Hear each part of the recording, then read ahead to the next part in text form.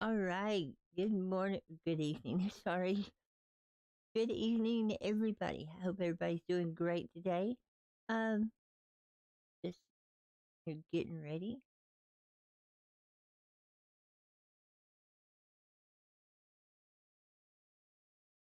Oh, we're good to go. Bum, bum, bum, bum. Why is that not working? Go right here. So let's go ahead and get our push to talk set up.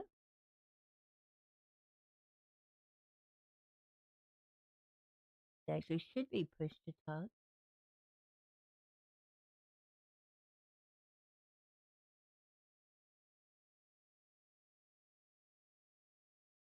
There we go. Oh, that's what it was. Turn that right there on. There we go. Push to talk. Bum, bum. Hope everybody's doing good today. Got all of our settings set up. That done. Push to talk. Yep. See it light up green. We are good to go. All right. So today we're going to be doing something a little bit different. We have been following the adventures of Shifting Spirit. We're gonna. I actually wanted to play Rosalind, so we're going to be on Rosalind today. Yeah, I haven't actually got to meet her yet. Rosalind aspired. Say hello. Good girl. All right. So this is Rosalind. She is my criminal character that I play over here in the Dakota River Bend in the county of New Dakota. Um, yeah, she has an interesting story. Um, Originally, she was going to be the twin sister of Ainurauco, and well, you can't do that over here. Um, your characters cannot know each other or be related to each other because how would they ever meet? You got to keep it realistic.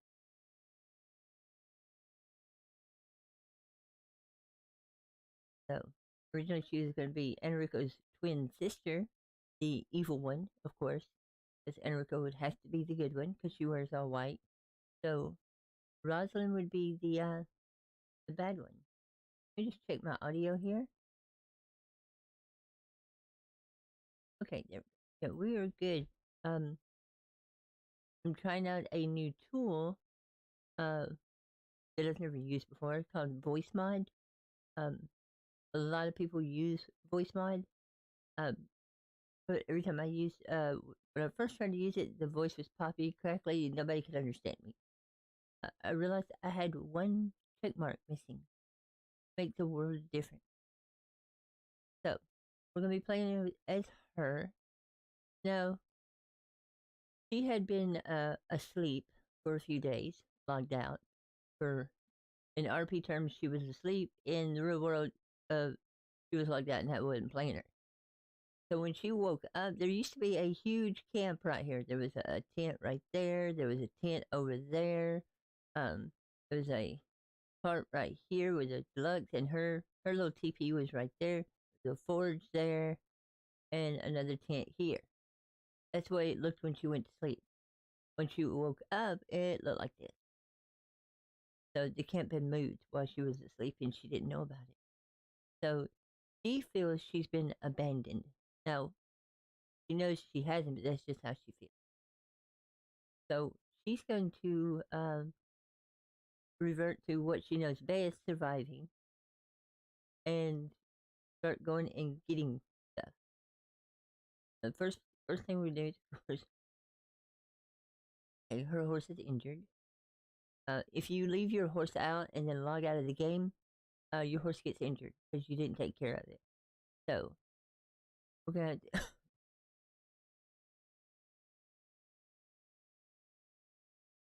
we're gonna be heading over to Dewberry Creek to get her horse fixed because that's the closest place to it. Dewberry's way over, which is it's not actually all that far. As the crow flies. And speaking of crow, get out her best friend.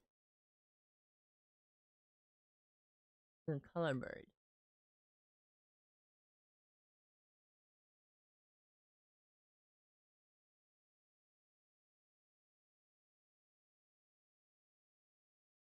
Bird.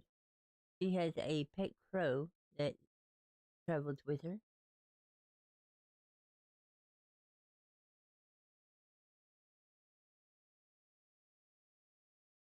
And now, of course, maintaining your horse, taking care of it. That's stuff you always have to do. There's Carrion. Is Carrion her crow?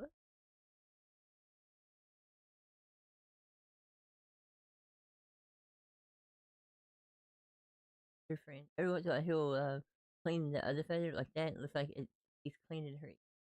Hilarious. So we're gonna send him off to. He's a scavenger bird, as most crows are. So he goes and finds the Chinese to bring back.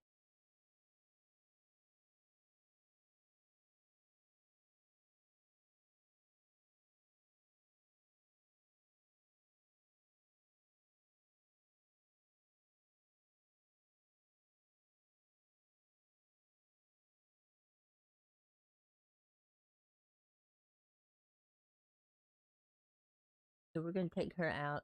Once we get our horse fixed, um, we're gonna do the normal stuff you would do when things are going a little bit weird or something's changed. We're gonna try and get in touch with you. Now, of course, she gets to use guns and dynamite. She can use everything because she's a criminal. Whatever it takes to get the job done.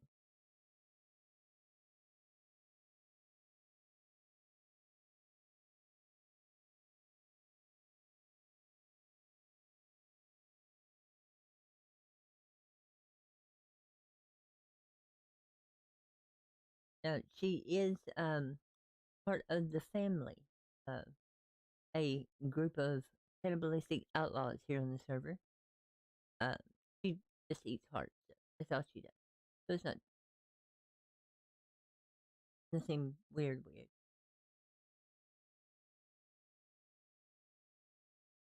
Sure enough, we're gonna go ahead and open our stable, find our horse, which is Cerebus.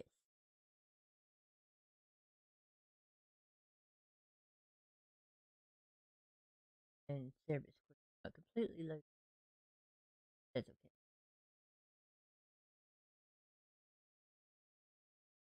Here, and we will call Cerebus up. And there is Cerebus. Of course, if you notice, Rosalind, if you remember from when I played RDO online, uh, Rosalind is technically the bounty hunter version of Enrica that I played, the Dishonorable Days. So I just split them into two different characters. So that way, whatever Rosalind does doesn't affect Enrico, whatever, vice versa. Right, so now she is going to head, of course, like I said, if something happened or there was a change in real life, you're going to pull out your cell phone, you're going to start texting people that might know what's going on. So that's she is going to do the Red Dead version of texting on your cell phone and go check her telegram. Maybe somebody sent her a telegram, sent her a note, said, hey, this has happened. That way she can find out. Because right now she doesn't know anything.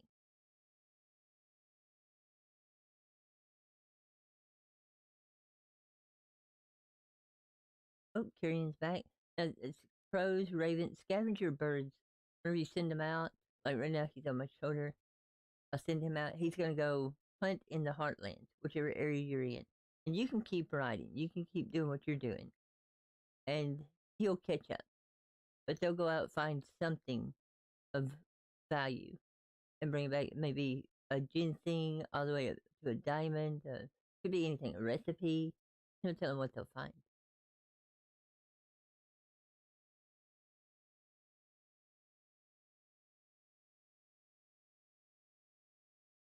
That's a train coming in. Yep, there is a train coming in.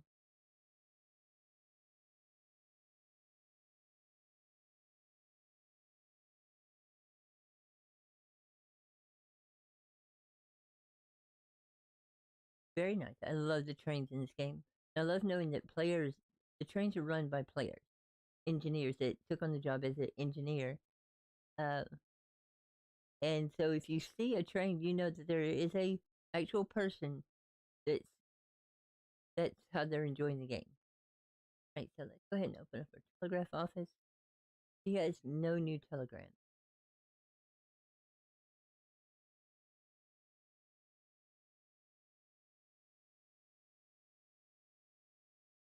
So last night I was on Rosalind for a little bit, and I had asked Rose, who is in the family, if she knew what happened. Unsure. So don't know what's going on at the moment. Here you can go hunt.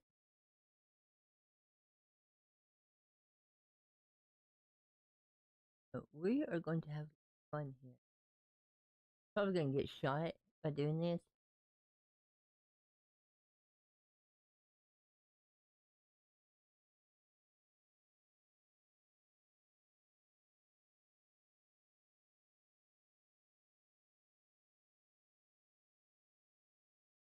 But I really want this shot.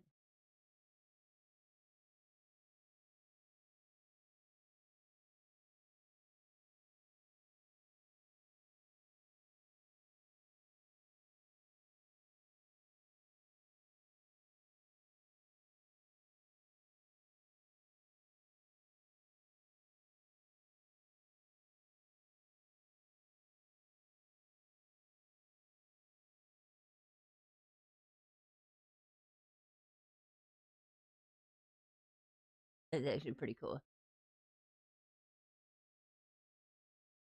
See how they slow down when they go over bridges. They're actually, the players actually having to operate the whistle and the bell and all of that. So it's amazing work. I love watching the trains in this game. All right, so but she, like I said, she is a villain. She's not opposed to riding around, guns out, ready to go. We saw this on Shifting Spirit the other day, this little camp, but where she was just curious, Rosalind's actually looking for devious activity. So for those that are just tuning in, we are actually on Rosalind for a little bit today. Rosalind is my villain character. She's the evil one.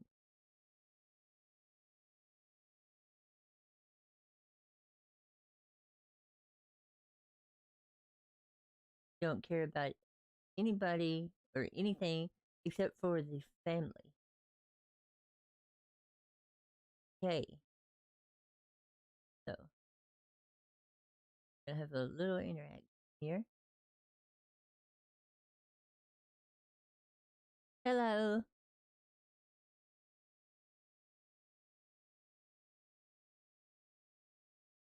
Nice shot.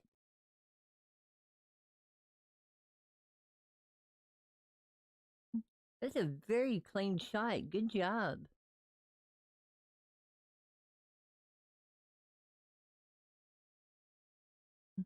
Hello.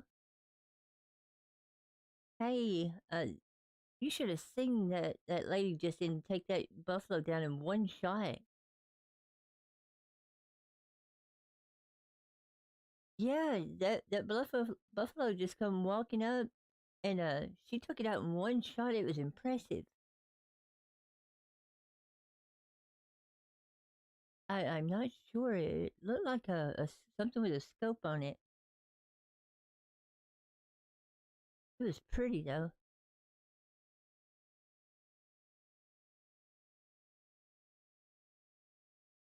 I don't know. She may have had one of them. What do they call them? The carcanos.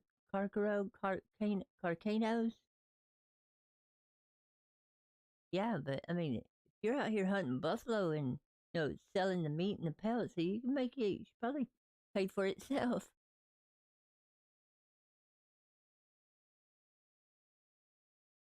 The buffalo are usually over that direction.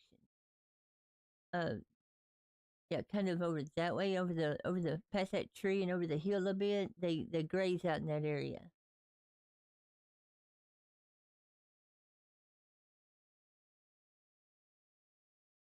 Oh, maybe.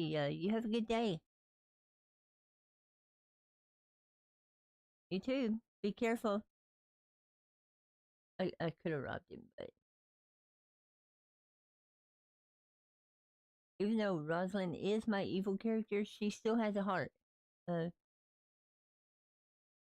the only reason she does, you know, outlawish criminal type activity is that's really all she knows.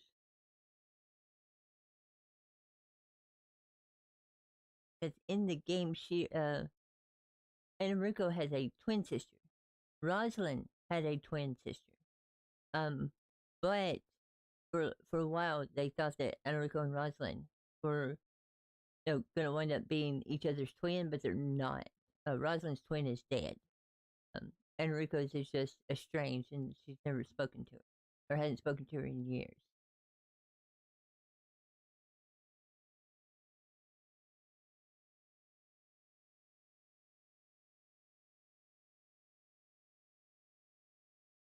Kind of fun.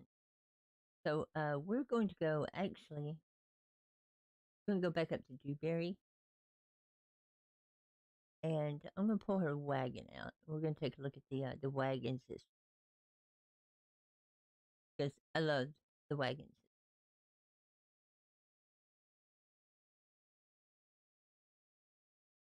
Because you can own just about any kind of wagon that's available, um, or that exists in the game. So all those little two-seater wagons in Saint Denis that we all love to steal and ride around at 90 miles an hour, you can actually buy and own those. Um, Circus wagon, the gypsy wagon, because Rosalind has the gypsy wagon.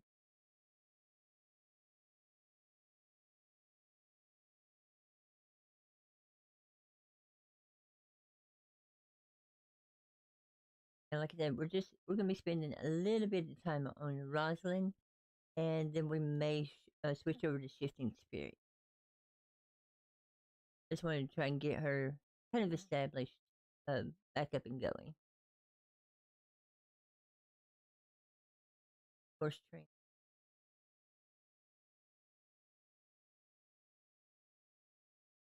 No, Rosalind does have some quirks that come out in character. She talks to her horse a lot, and to her, the horse talks back. It actually doesn't. Rosalind hears voices. Uh, so far, I think we've established there's six of them so far. Uh, but the funny part is their names always change. So it's like six random at all times. Now we could, of course, buy vehicles. So let's take a look at these because these I love these. You got your buggies and carts. Got your basic cart, standard buggy, delivery cart. Those are cute. Open cart. That one is funny because that is, if you remember from the game of from online mode, a lot of times you'll get a delivery mission or you'll have to go find a bounty and they'll be riding on top of that barrel and you blow the barrel up.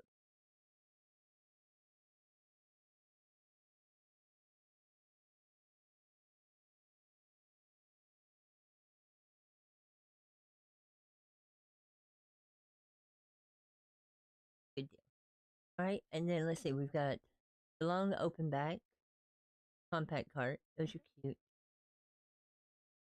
Little covered fancy buggy. Now I love that one right there. Love that one. That's the one that I always steal in Saint Denis because they're super fast. The fancy square top. So you can see you can get a lot of cute. Oh, let's see what else we got. Of course, you can buy any of the wagons. That one right there. Actually, is the one that that lady was just riding that shot the buffalo. Whole wagon.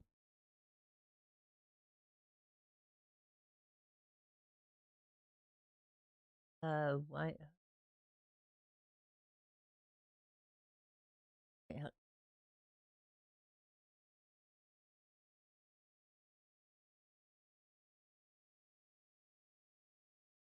Go ahead and send Carrie home. Go home. We were steadily, the camera was focusing on the bird.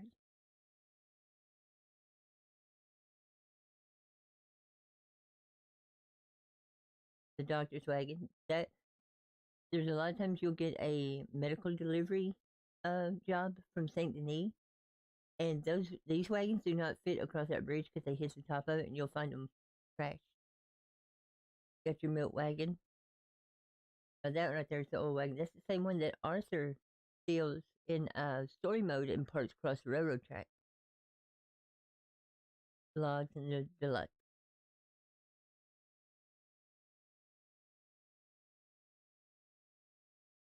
Hunting cart. We all remember that one. That's the same hunting wagon you get online. Got your camp utility schooner, prairie schooner, cargo, storage. I have one of those for Rosling that is full of ore right now that I've been collecting for the family. The large storage. So you can see in all of these wagons, you can own them, pull them out and drive them around and use them because they have storage and things. And yes, there is a hot air balloon. The hot air balloons actually work very well in this game. And that's the gypsy wagon. Then you got the circus, the other circus wagon, and the workers. So, as you can see, there's a lot of them. I'm not going to go through all of them. I need one. There we go. Because mine's full of junk.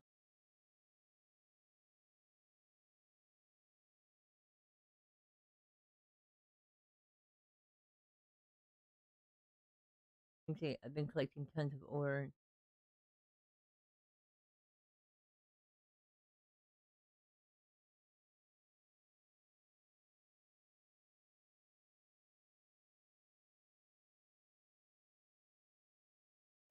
And your crows, your scavenger birds will bring you sometimes different ores and things like that.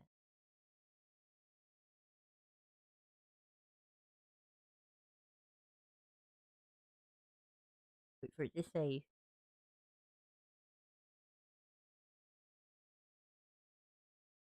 Story. We're gonna here. Where's service? There is service. Right. And we're gonna check service's saddlebags because I know I got tons of junk in there. Yeah.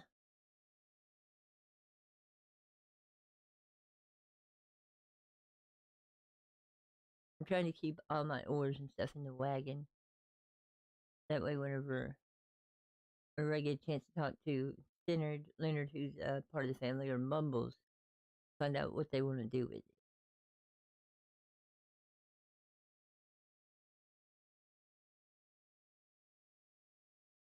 I've got so much junk.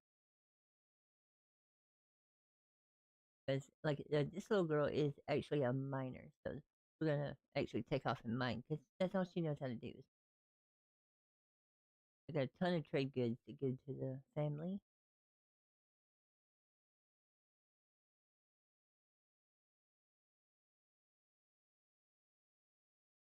I think everything else will stay between her and the horse. Yeah, her entire thing, because she lives in a teepee, but she also has a regular hunter's tent right here. That'd be the bounty hunters.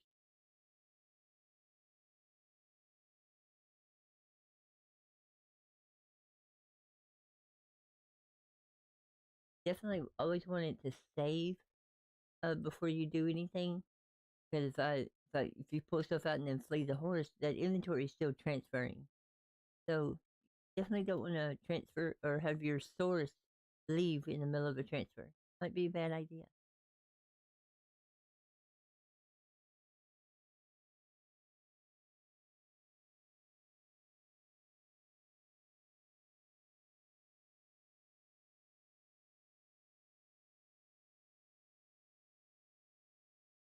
we're going to go into our storage box and just transfer the rest of these ores.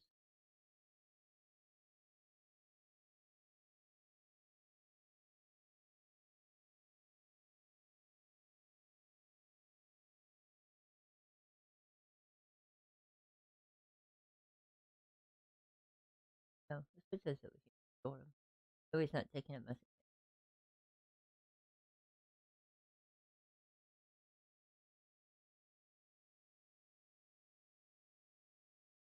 Right, and store.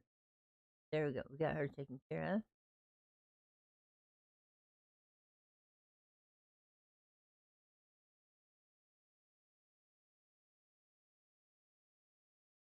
So I hope everybody's doing good today and having a great, is it Hump Day Wednesday? Yes.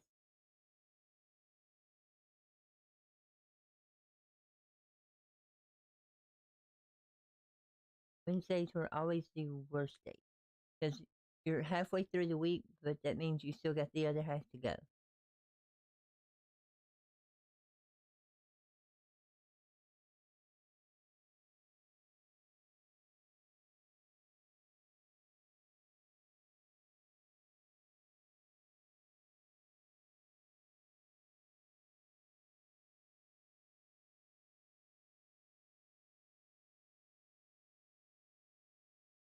Got on. There's 119 people on at the moment.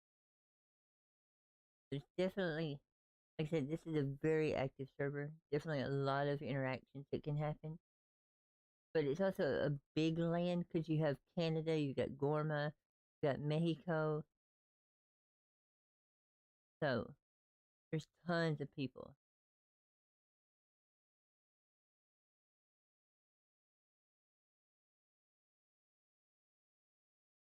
See, I mean, there's just tons of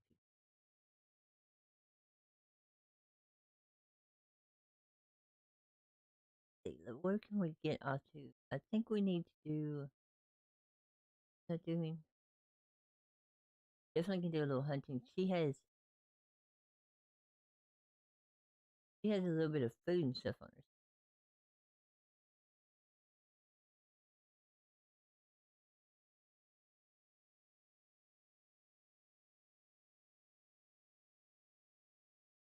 Yeah, a little bit of food. Definitely needs to collect some raspberries. Hey Gibson, how are you doing? Welcome to the stream.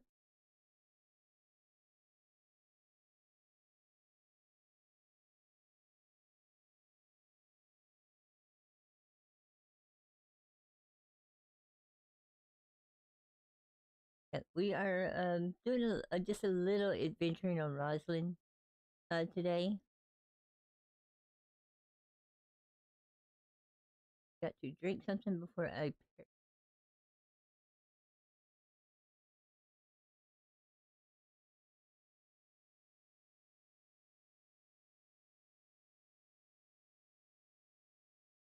There we go.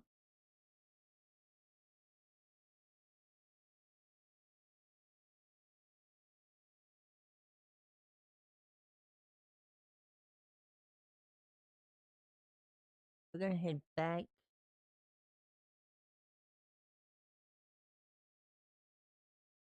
We are actually going to go right here. I wanted to show off the mining in this game or in the New Dakota. I love mining is a great way to actually gather resources, gather XP, and it's very very non-stressful.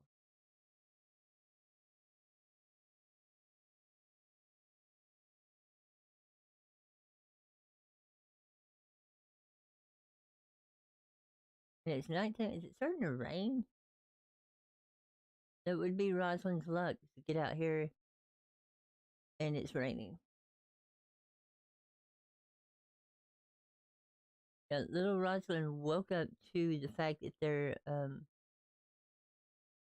was no camp anymore or no outpost.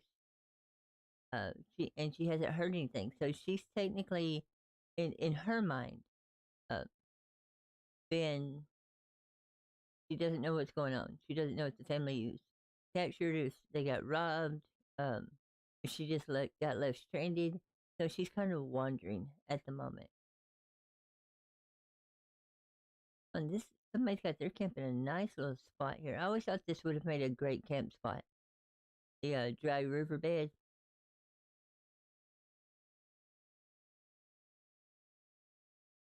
So somebody literally has a tarp and a table and a torch.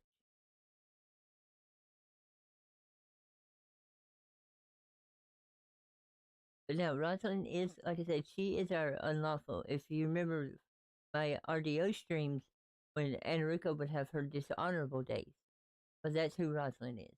Rosalind is dishonorable. Well, somebody actually tucked their little tent, their camp right in this little area. Okay, that's just neat.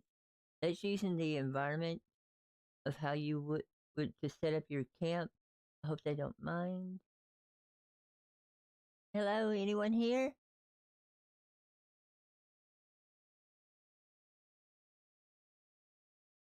I don't know if this is a player camp. I don't think this is a player camp. I think this is an NPC.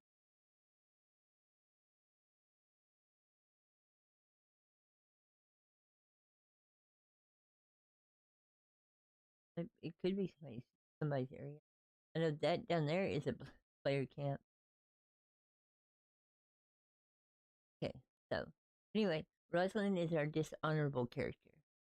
Um, she is wholeheartedly 100% into any unlawful activities, um, whether it be making moonshine, brick it or making up bud or whatever. She doesn't care. But the funny part is she does still have a heart, so she is nice to people sometimes, but she's completely sarcastic, um, rips on people left and right. Oftentimes gets punched in the face for it, and she don't care. She thinks it's funny. She does hear voices though, because she's completely psychotic, and carries on conversation with.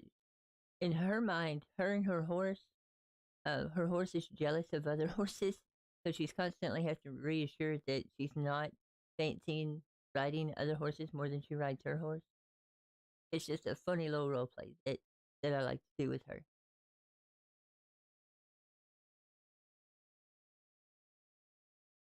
Like I said, right now she's kind of lost and wondering, um, because she has no clue what's going on with the family that she's a part of.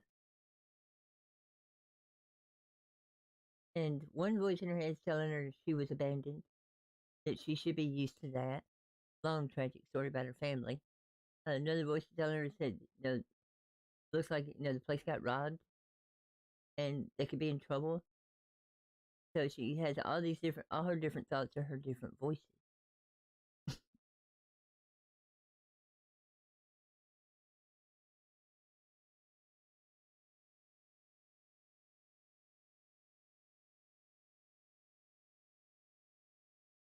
So let's,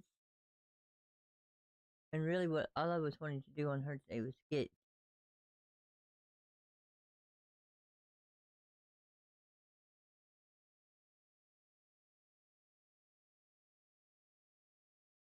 they were moving, they were in quite a hurry.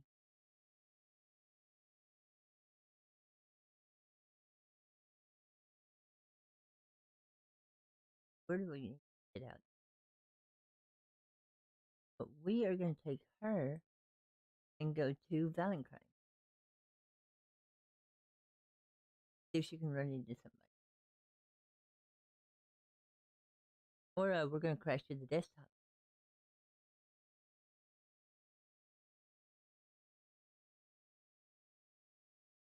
Loaded right back up here. Said the Dakota River Bend is on the Red M platform.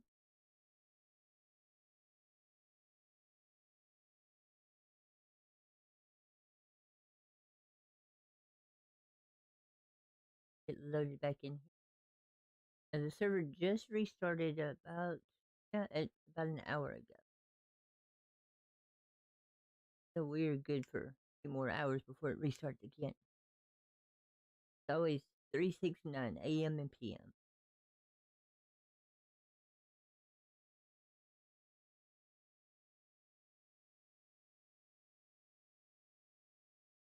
And like I said, I hope everybody's having a great hump day Wednesday. Half of the week is already over with, but unfortunately, you have the other half to go through if you're on a Monday through Friday work week. But the Monday through Friday work week is actually not as common as it used to be. Used to be that was all it was is Monday through Friday and like half days on Saturdays. And now every day of the week is just a normal day.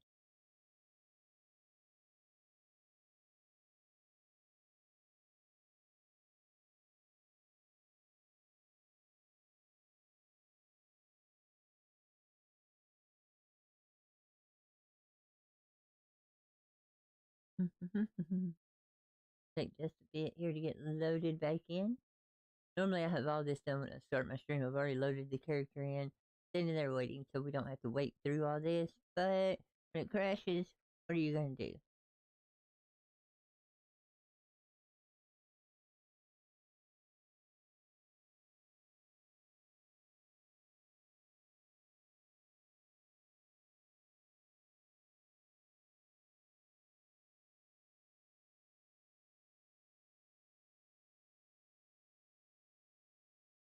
Right.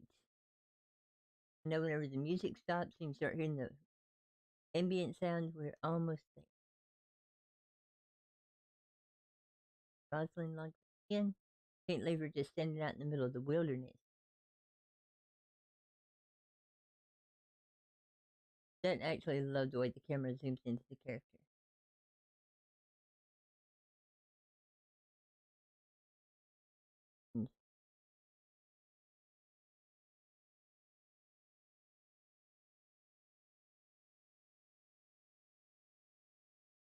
And there's a train going by. Rosalind. Yes, good deal. That's one of the things I do like. If it ever drops like that and just dumps you out, usually your horse will survive, but sometimes not. Now that is not my horse. Well, it is my horse, but it's missing. So, uh, I don't know who you are, imposter, but go ahead. Bye bye. All right,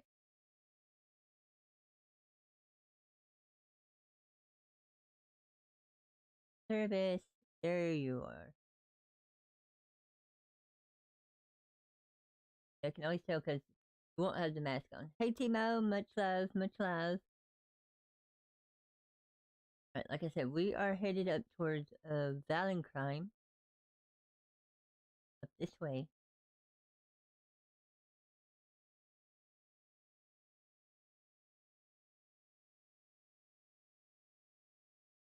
Now, where is Shifting Spirit? Hey Ozzy! Whereas Shifting Spirit, the little Indian Native American girl that I've been playing, is scared of towns and scared of people. Rosalind just don't give a flip. She'll walk. She'll see a house full of armed people, and she'll just walk up in there like it ain't nothing, knowing she's gonna get shot and probably have to go see the doctor. She don't care.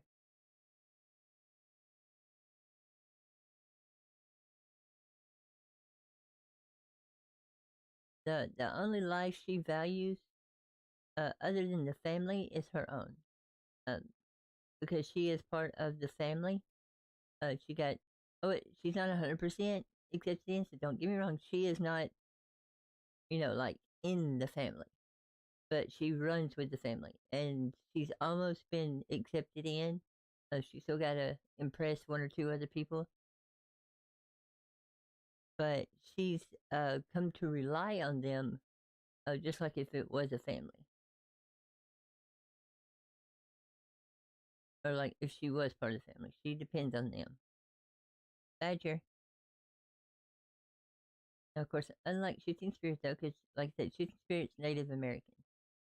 So all the weapons and everything she uses, I'm purposely keeping it to only Native American stuff. Rosalind, on the other hand, will use whatever it takes to get the job done. if she had to pick up a skunk to throw it. No, Rosalind is not Native American. Rosalind is Caucasian. Uh, I haven't figured out her. I haven't figured out her full backstory yet. Like I said, I did have one written. Where her and Ainurauco were going to be twin sisters, and there's a whole tragic thing with that. But with the recent rule changes and rule updates, that can't happen because characters on your account cannot know each other or have knowledge of each other unless the only knowledge they can have is what they've been told by somebody else. Therefore, Rosalind and Ainurauco would not even know each other. So Rosalind had a twin sister. That twin sister's dead. And Enrico has a twin sister that is not in the county. So I just broke it apart like that. Rosalind's twin sister actually come to an untimely death because Rosalind has a scar across her face, or actually across one eye, and her twin said, "Well, at least now we can tell us apart. You're the ugly one." So Rosalind killed her.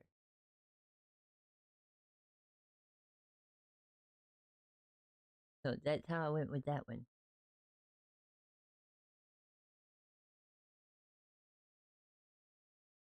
Oh yeah, Rosalind definitely gets a good bullet. She is my outlaw character.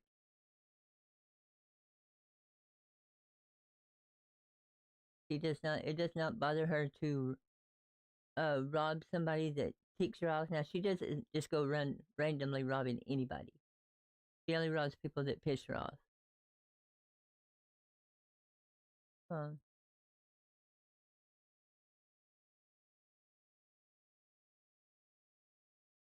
oh, I know I lined that one up.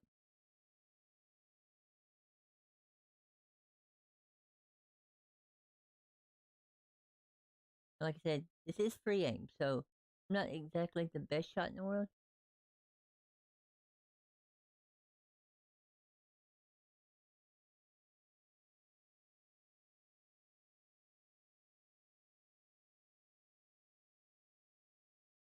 Come here. I see you. Can't catch you though, because my horse is busy playing dumb.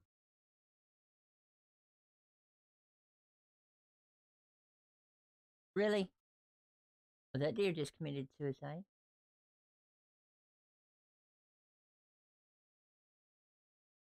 Why does it keep falling? Oh well. I got one shot on it. Anyway, let's go on into Valentine. Of course, can't have my gun out while I'm in town. Now, there is a law, and this law holds for every town, that you can't have long arms out. Rosalind don't care. She will ride right into town with her long arms on her back and wait for somebody to say something. Now, if it's the law that says something, she'll put them away. Because you don't want to upset the law and get on their radar, because then they'll start looking for you. But luckily, she hasn't been captured or hasn't been identified as being involved in any crimes, so they don't know she's a criminal. Of course, I mean, wearing all black. She's riding a horse that has gold skulls on its saddle. Kind of a dead giveaway that she's an outlaw, but they can be suspicious of her, but they can't prove anything.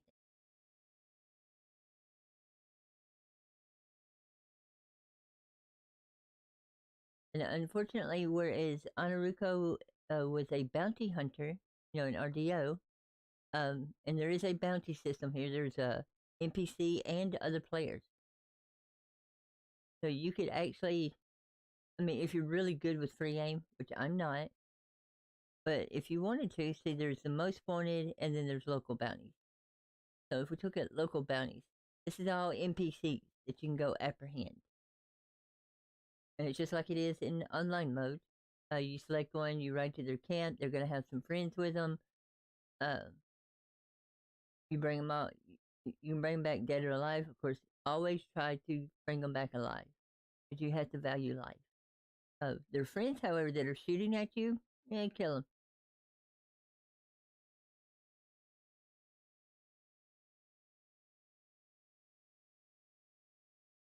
All right. We've also got the notice board. You can, yeah, the sheriff's office can. This is where they come to update the notice board. Now, the most wanted. These are actual players. So these are characters that are played by people in the game that have done something so infamous that they've acquired bounties. Right? Dirty Dan Watson, $2,500 reward, things like that. Now this one right here, Kitty, has the highest and longest running uh, wanted poster. Her list of stuff. If you notice, like some of these, they've got just a few things under here. Blah blah blah. Kitty has a ton. So yeah, she is the most wanted criminal on the server and has never been apprehended. Yeah, that's kind of an accomplishment right there. And anybody, I can go ahead and tell you from the stories I've heard, and anybody that goes after her becomes her next victim.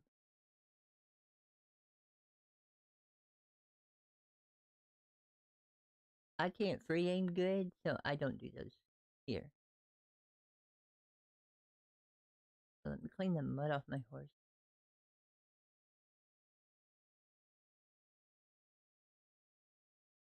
There we go.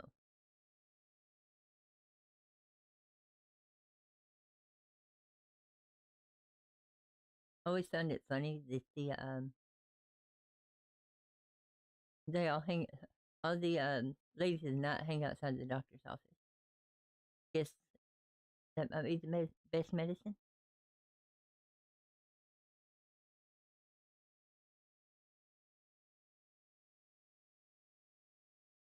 Just gonna go in the saloon here and get us something.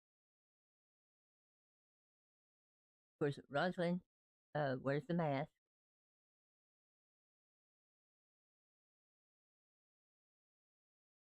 She wears a mask, her face covered up. That way they can't identify her.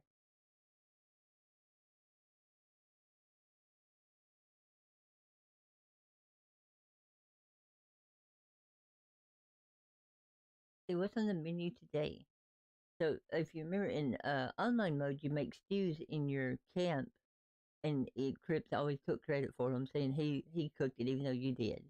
Well, those stews are available at all the saloons in the town, and then it rotates out. It changes very frequently. So got some stew of the earth. We can get a bottle of whiskey. We can get drunk in town.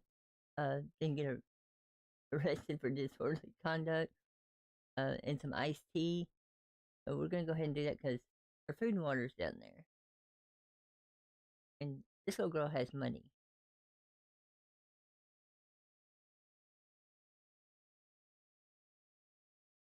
I guess doing nefarious deeds and robbing banks.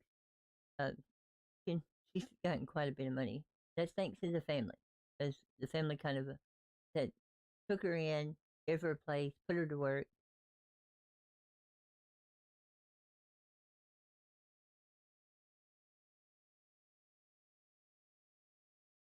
I'd say he's pretty well toasty.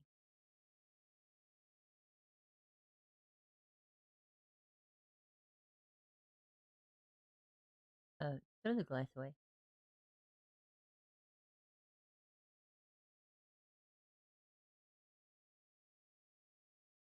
Hey, dead man, welcome in. See how much money she does on her. $15. Get us pull us out some operating capital for today.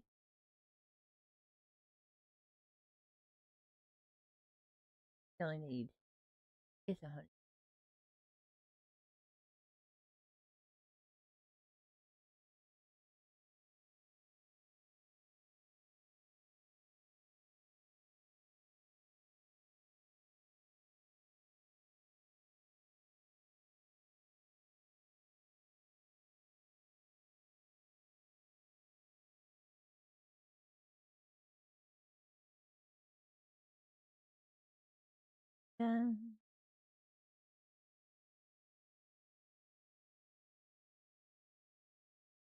Yeah, and that's one of the things I love about the DRB is everything you do has a consequence. Um, and you can't power game, uh, which a lot of people would want to try to do is just because I killed, if I find a local and I kill them in front of everybody, and then just walk away. Well, players can see that, and I just killed somebody in cold blood, which we do it. We would do that in RDO all the time, kill the locals 'cause it's funny. But here you do that, and somebody see it and report it.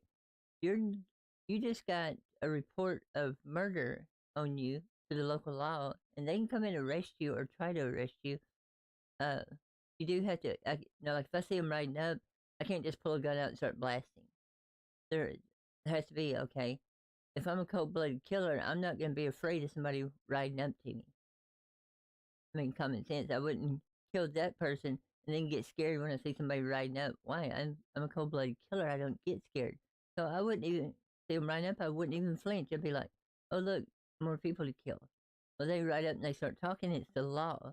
Now we're engaged in a scenario.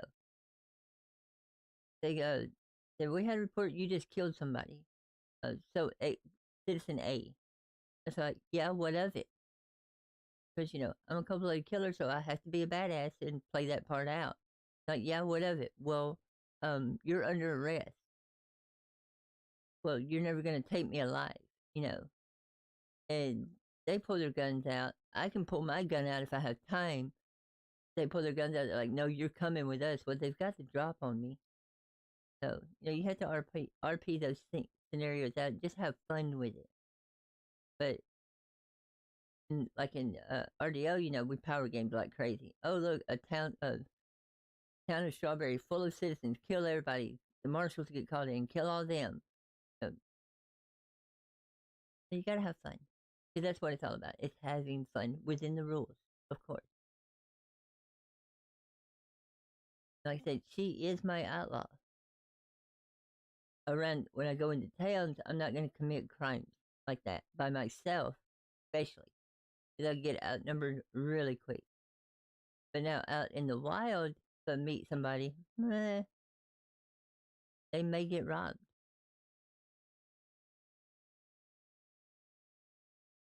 Uh, well, DRB is part of the of course, it's on the red platform, um, and is of course PC only. Give me just a second here, and I'll get you the link.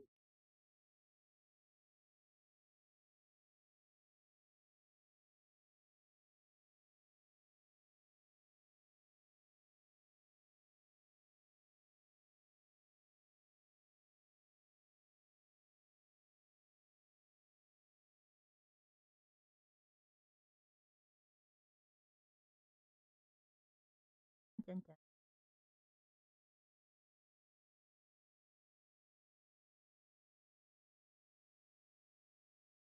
Okay, that is actually the link to the DRB's website.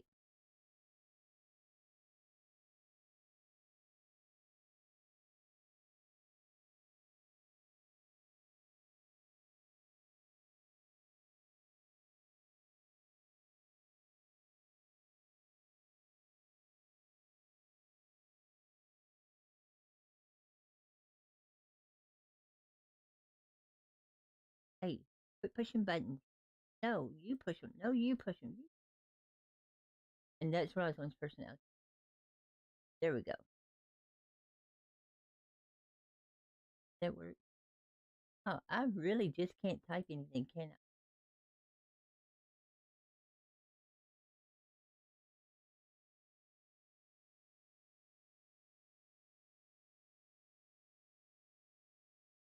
There. That's correct. But yeah, that is the website for the Dakota River Band. Well, you have to. It's on PC, of course, so you have to already own a copy of at least Red Dead Online. So if you own that, then you download the mod for the DRB, the Red M platform, and all of the information's there on the website of how to install and everything. And this is just a mod. Um, they took Red Dead Online and created this massive mod for it, which is very common on the PC. And so you use the Red M platform to connect to through that to the Red Dead Online, and that puts you into onto their server. Like I said, all the information's there on the website. All the rules and guidelines for participating in the world and living in the world here.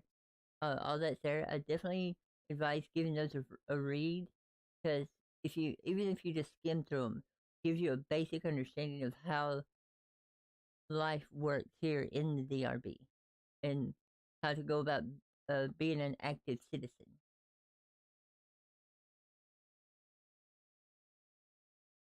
And it's created to be an immersive world, to where you actually play your character as if that was you while you're here. Of course, remember, it's just a character. You're basically an unpaid actor, living in a active, continuous movie. Because if you've ever watched any of like T-Mad streams or any of them where Rosalind or Ainurauco's around, the two characters act completely different because I made them that way. And I mean, y'all seen Shifting Spirit running around. She's this sweet, innocent, scared little Native American existing in the white man's world.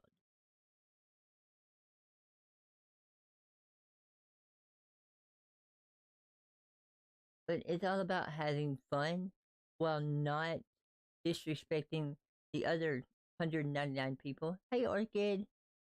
Uh, it's all about having fun while not disrespecting the other possible 199 people that are also having fun.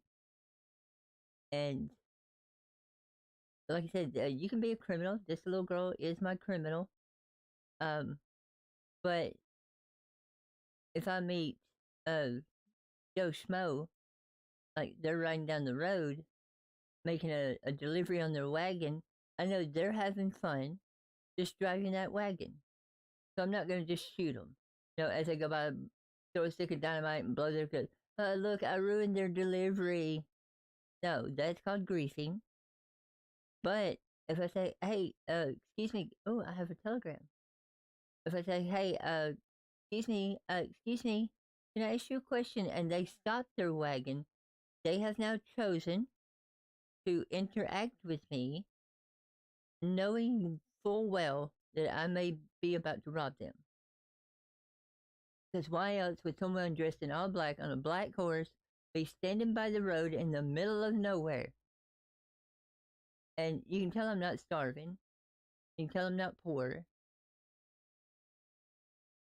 Aw, thank you, Orchid. Thank you, thank you. By the way, for people that have never met Orchid, she live streams Red Dead a lot. And I love her streams. Very interactive. If I'm not mistaken, you have a posse that rolls with you most of the time. So Orchid is never alone. And they're all the time doing call to arms, doing bounties, definitely check her out here on YouTube, because I love anyone who plays Red Dead, and I try to support everybody that I meet that plays Red Dead. But Orchid is definitely very, very good to watch. But yeah, if you can tell that you can look at Rosalind and tell there's a reason. There's something off. Why would she be out here in the middle of nowhere stopping a random wagon to ask them a question? Unless one of two things. Hey, have you seen somebody I'm chasing? Or is this gun loaded? Oh, absolutely, absolutely. I have a PS4 controller connected to my PC through Bluetooth, and I use that game with a lot of times. Now, I do prefer keyboard and mouse,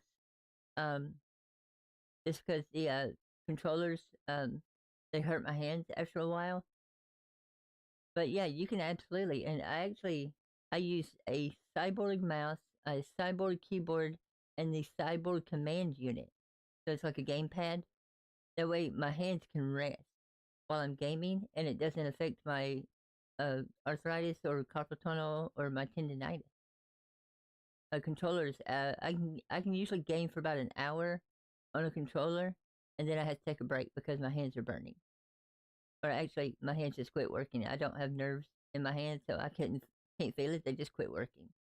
But let's ride back into Valentine or Valencrime, as we call it over here in the DRB, and let's see what that telegram is about. Because remember, she woke up to the outpost. The camp was destroyed or missing. So she thinks the family has either been robbed or they've abandoned her because that's what she's used to people doing from her backstory.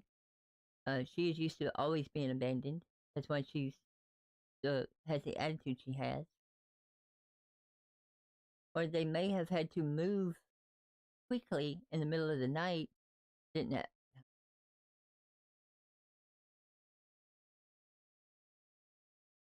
Yeah, see, there you go, JP. Or could plays on PC with an Xbox controller.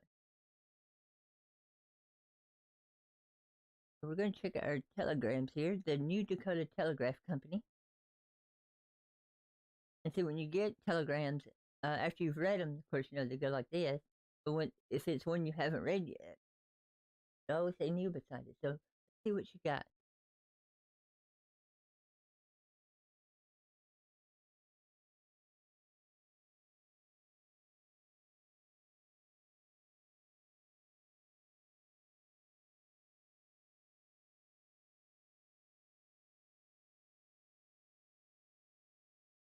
Okay, so this is Senator Leonard. Senator is very wanted, very wanted, and one of the head members of the family, and someone that Rosalind has kind of latched onto because Senator's always been nice to her.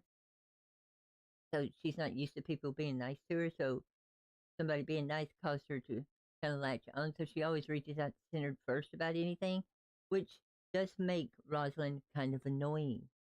But that's part of her character trait. Um, she's afraid she's always going to lose everything. So whenever someone's nice to her or kind of takes, helps her out, she unfortunately latches onto him, and that's just a character trait that I built into her. So Centered had to flee because very, very much wanted to an undisclosed location. Uh, Notice that Centered didn't tell Rosalind where he was. That's because it's undisclosed. That way, the less people that know where you are, the less people that can find you in this game. Of course, MJ is another head of the family, uh, and somebody that Rosalind jokes around with a lot and loves to pick at.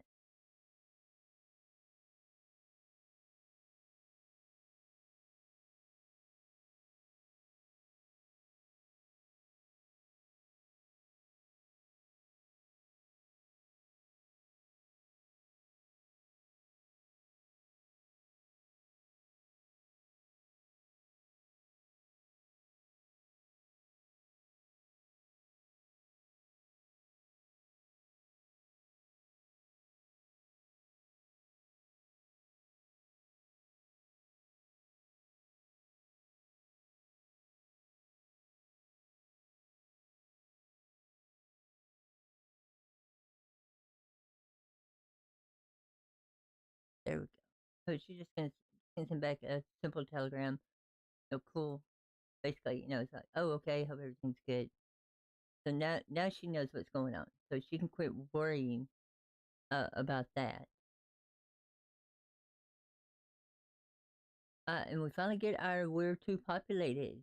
See down there in the bottom right hand corner, the little cowboy lights up red, and all four of the circle is lit up. That means there's more than 30 people in Valencrime right now. So the area is way too populated. And it's basically, hey, there's too many people in this area. You're putting stress on the server. Unless you have business here, vacate the area.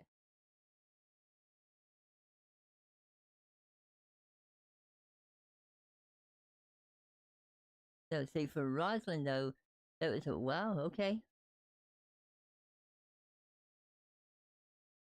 Like I said, so like I said, that warning popped up, hey, it's too popular, vacate. You can see people that didn't have to be here were technically traveling in a group. Um, it's actually dangerous traveling solo in this game by yourself, because that's how you get held up and that's how you get robbed. So people try to travel in groups when they're traveling somewhere.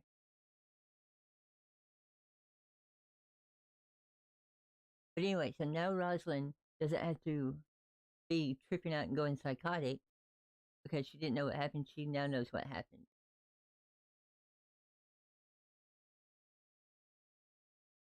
And they did, by the way, Senator was right. It was announced in Discord, but I wanted to just kind of RP that a little bit of actually having a Telegram, having a thing. So now, though, because Senator actually contacted Rosalind and said, hey, this is what happened. Undisclosed location. Of course, Senator was being wanted for a bank robbery and dynamiting the entire St. Denis bank and the police force during a jailbreak because we had robbed a bank and two of the members got caught. So Centered, being Centered, uh, goes in with dynamite and pretty much levels the entire inside of the St. Denis Bank, breaking those two out, which made Centered very, very wanted. So Centered is now kind of on the run, shall we say. But this puts Rosalind in a unique position. Um, is she doesn't know where everybody's scattered to. So she's now left alone, which means she has to find either a camp to live in or build a little camp herself somewhere if she can. And I also love the fact you don't have to get off your horse to brush them. Do that while sitting on them clean.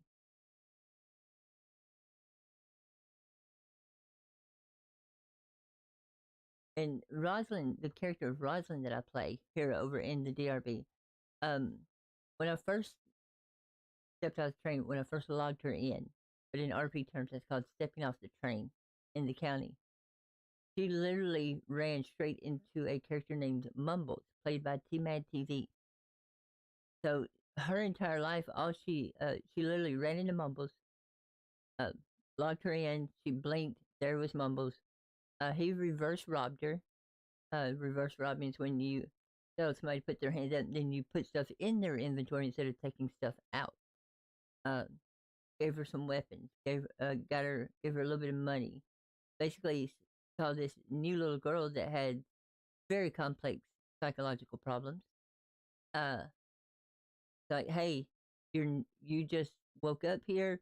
We'll take you and take care of you. And that's all she has known as a character is being with the family and them kind of helping her out, teaching her. So now this is her first time of actually technically alone because nobody's contacted her. Other than she contacted Center and Center contacted back. She spoke to Rose, um, but she has technically alone in her mind at the moment. So she doesn't know what to do, where to go. She's kind of lost. So this is going to be a good little growth arc for her of learning how to still she's still part of the family, uh, and everything. But what does she do when they're not there? Because normally she only wakes up when the family's awake, so that's all she's ever known. And I've purposely played her that way because every character has to have that moment. Ooh, some nice pronghorn. Of course, we all know that I can't shoot, so this is gonna be fruitless. Come on, fall down. I'm so glad nobody was in that camp right there, because I would have just shot them.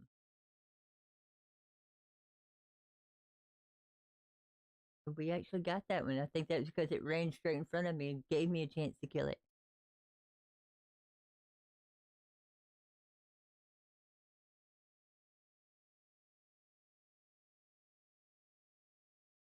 put that in our bag. I love that they changed that part over here in the DRB. Is that when you kill animals, everything goes into your backpack. So you don't have to take that hide and throw it up on your horse's butt and keep going.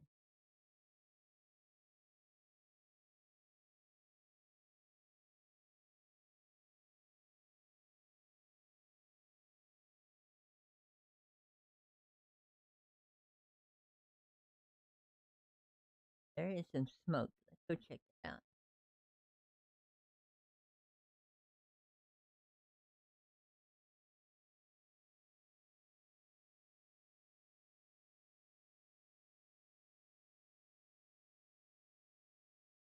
Oh, that smoke is way over there. We'll never make that in time. Because smoke areas like we was talking about.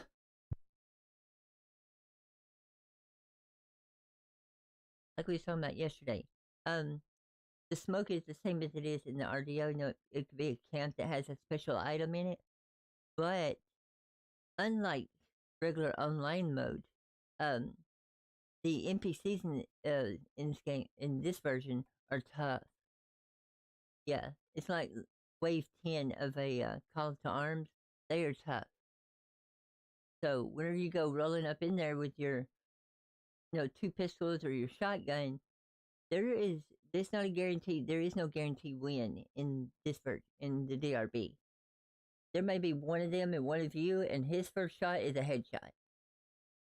I mean, they actually have good aim. They have good bullets. No, the whole 9 yards.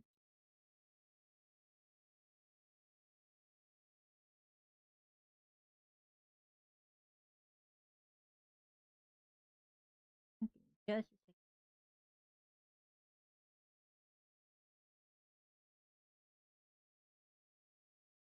of course, a lot of people that play DRB stream on Twitch.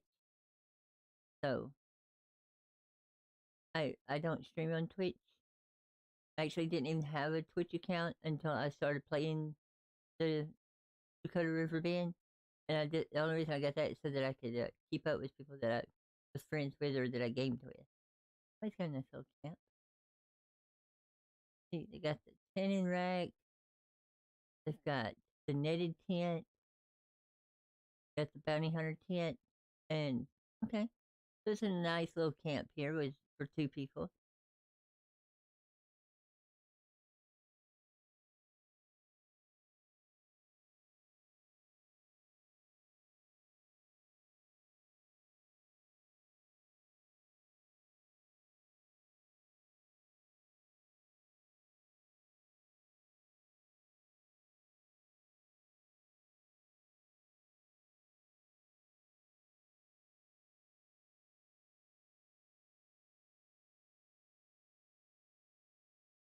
Oh no no no! I wouldn't say NCTA. Yeah yeah. Call to arms is definitely not a guaranteed win. Um, because uh, when I was playing with Ainurauco and I would do the call to arms, I could only make it to like wave 5 or 6. I think I got better slowly. Um, but yeah, definitely level 10 or wave 10. Yeah, definitely not a guaranteed win. Agree 100%. That's why I'm saying that smoke, when you see it here, that's like going up against a wave 10 person. There's no guarantee you're going to come out of that. There's no guarantee you're even going to get to that, which makes it so much more fun. Because I have tried to go after some smokes, and out of, let's say, I think I've only done like 10 or 15, it's probably about 15 of them. I've only successfully completed it by myself. Like if there's 2 or 5, depends on the size and what you're going after. The number of enemies will vary, but out of 15 times, I've probably succeeded 4. Oh, very nice, Orchid. Very nice. Yeah, after about wave 5, my hands are not working so much that has time my character. I would think that I was moving, and I would see my character not do anything, just be standing there because my hands were not working.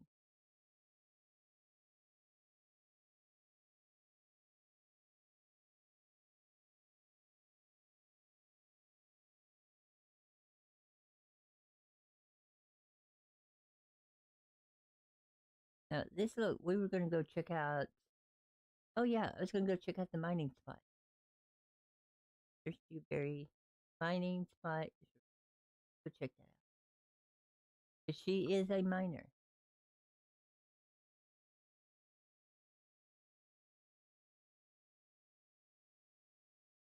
Now, I always mine in this one spot just because it's a hole in the ground, and she can go down inside that hole and hide, which is something she loves to do. She loves to hide from society, but she's not afraid of it. She just tries to avoid people.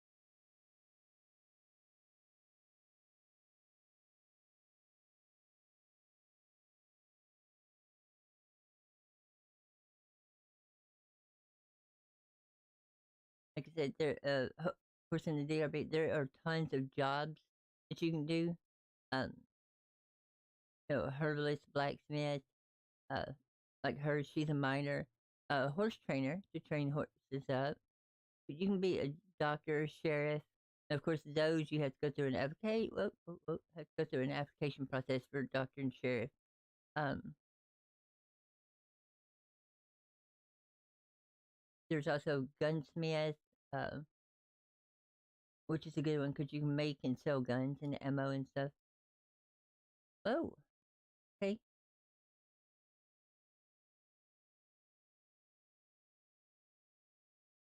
Go on down through.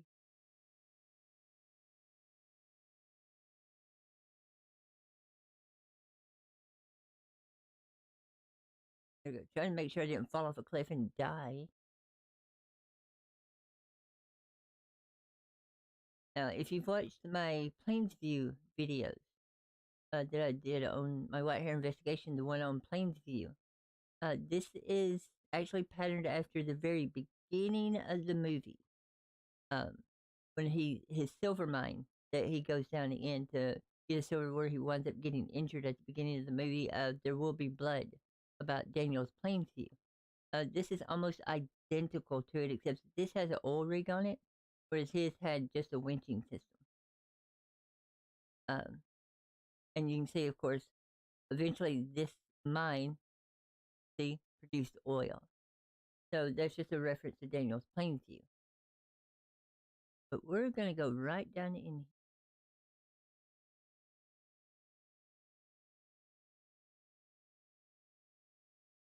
Okay, there's the ladder.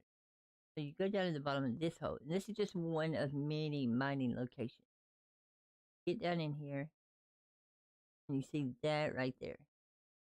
That is a mining node that I just jumped on for no. And we're gonna pull out our pickaxe. We're gonna use said pickaxe. See how it lights up yellow now to let you know how you can mine this. And mining is two parts. One, to initiate the mining process. The second one is actually to collect, and the second one's random throughout the process. You'll see it pop up on the right side. It'll say, "No, use your pick now."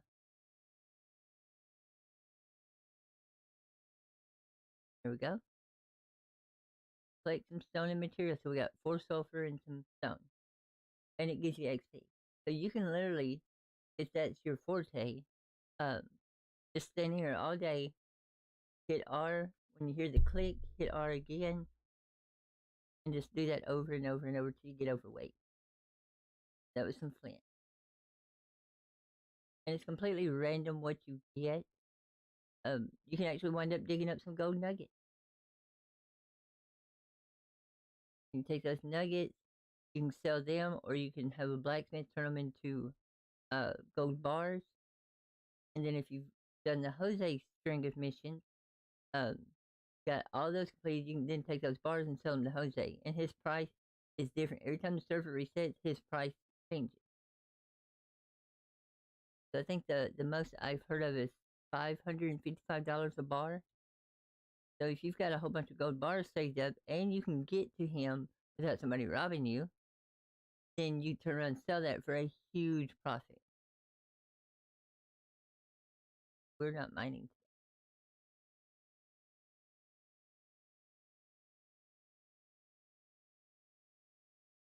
Should have told you to lay down, shouldn't I?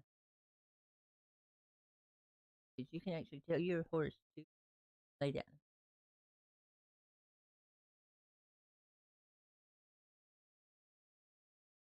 So we need to find her a home, but first we've got to buy her a permit. So what we're going to do, we're going to head to Gus down here in St. Denis. Go get us a permit.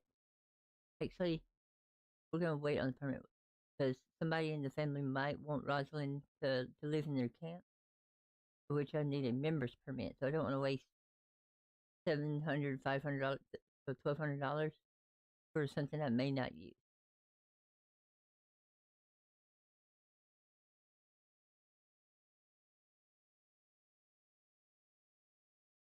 So hopefully she finds a home or somebody reaches out to her and says, hey, we got a spot open if you want to come live with us. If not, she'll have to find her a place on her own, which is going to be fun because she doesn't like being alone. But she's always alone, but she doesn't like being alone.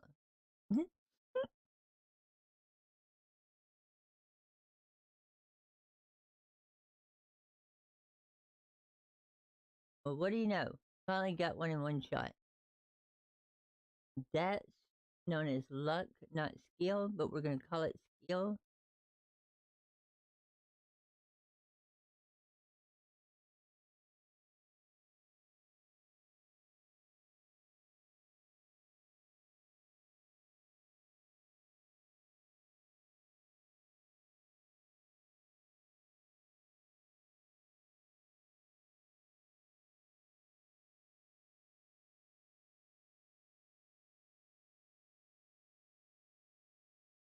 Of course, since I got to hit the button, my hand twitches.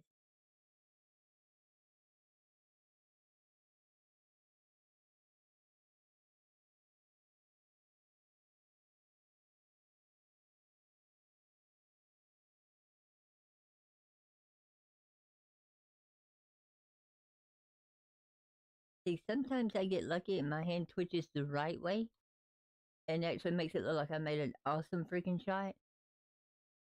But no, that's just pure luck.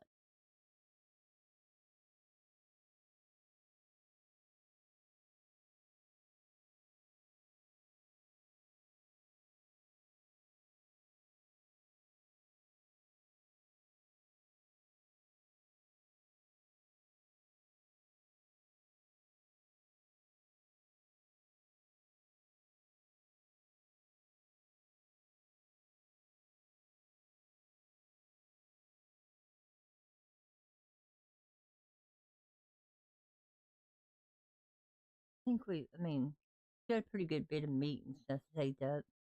Uh, I only got 3 berry juice and 101 water. So we need to go find raspberries so we can make some berry juice.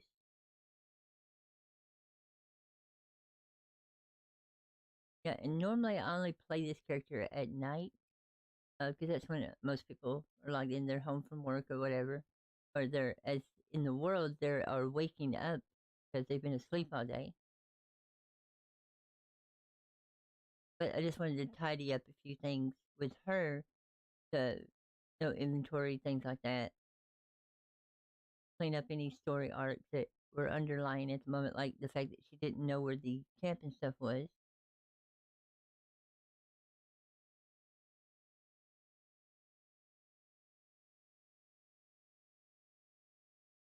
Right, but we're gonna see if we can find some raspberries. Now she is not a herbalist; she's a miner. So for a herbalist, they can use their herbing kit, and you know they'll show that yellow ring around everything, like we were seeing yesterday with shifting spirit. Rosalind, on the other hand, just has to use pure. I know what that is.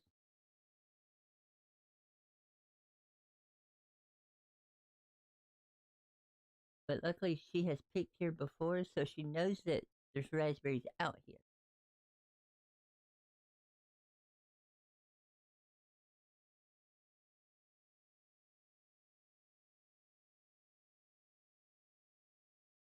Fortunately, it's also nighttime, so it's kind of hard to recognize the fact that raspberries are a yellow-green leaf, and all the rest is green. Oh, no, you don't.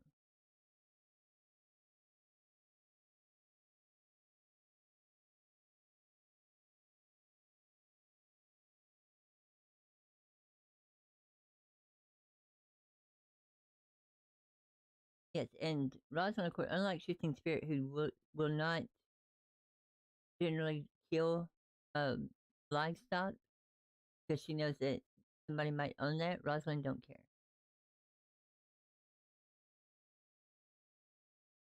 Now, if somebody's hurting or has their animals in a field, of course, Rosalind would not do that because that's putting her identity at risk. But like that cow just running out in the middle of nowhere and nobody around, and buffalo.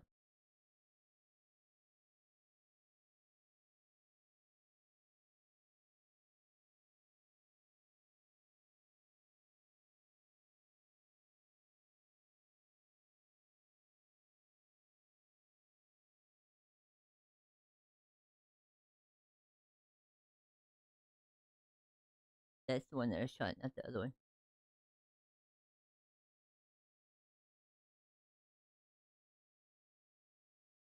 Yeah, we will definitely take that. Can you go to church in DRB? Um, it's actually a very interesting question. Um, I know that you can go inside some of the churches. So uh, if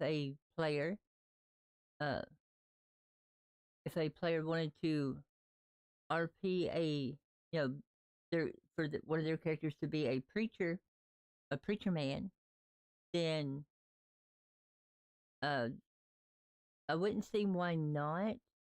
But I don't know what the. I would be completely honest. I do not know what the rules on religion and politics are. So I would definitely check the guidelines. You could probably RP a preacher man. Just be careful with it. But I would read the rules and the guidelines, um, or join their Discord,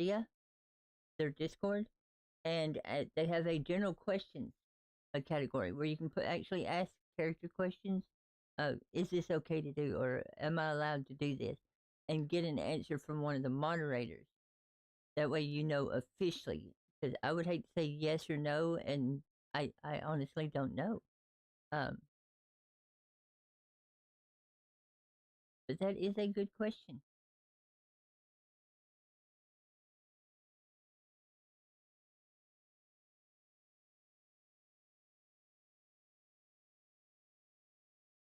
Not seeing any raspberries. I know there's some out, but I saw the buffalo and got sidetracked.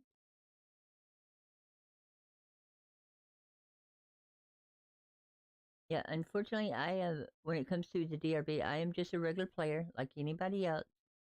So I can answer questions that I may have learned the answer to, but that's a question it's never even crossed my mind, so I've never even researched it.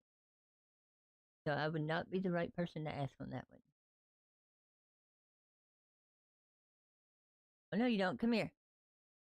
Come here. Yeah, let me.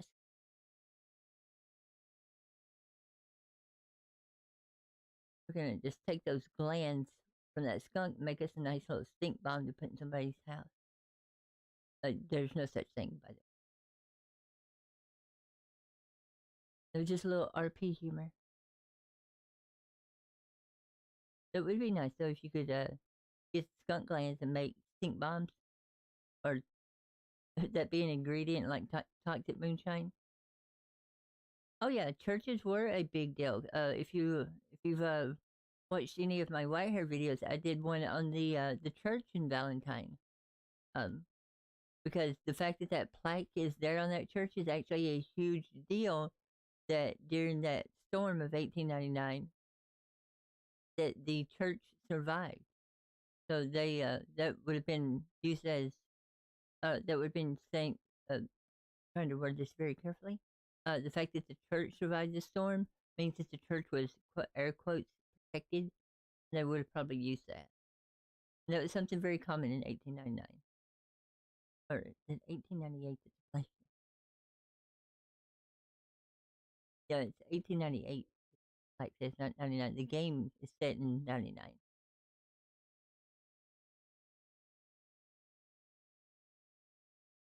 They're so much easier to find during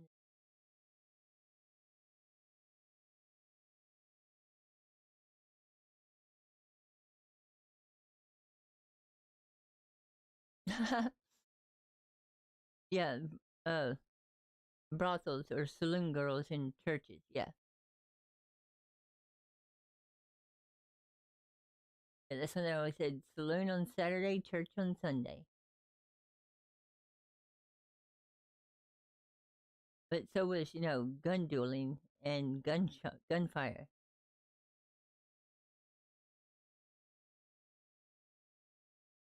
No, remember JP from yesterday?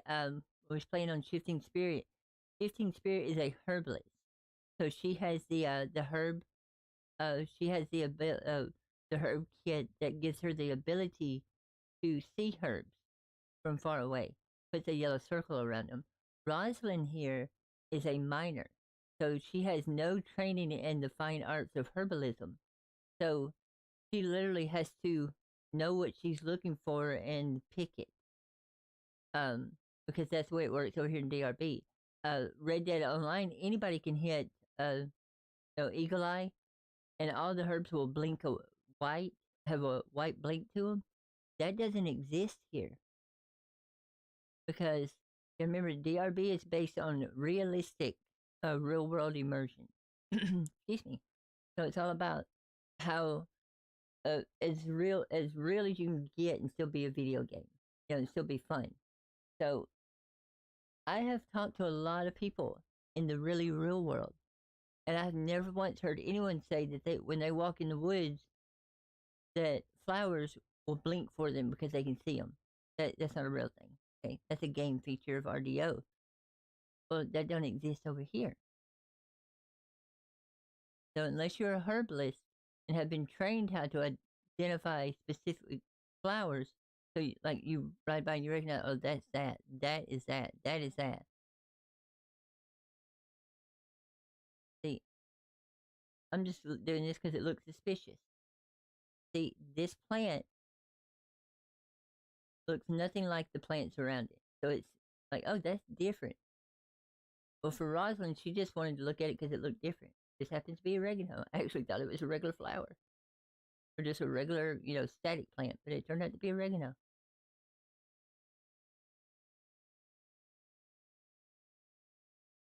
No, no. There's rules on that. So, um, if Rosalind gets seriously injured, like I fell off my horse, okay, and hold on, there's somebody coming. Hide here, let them pass. Okay, so Rosalind fell off her horse. She fell down a cliff, and she's seriously injured. Yeah, that's just fun to do. So I'm seriously injured right now.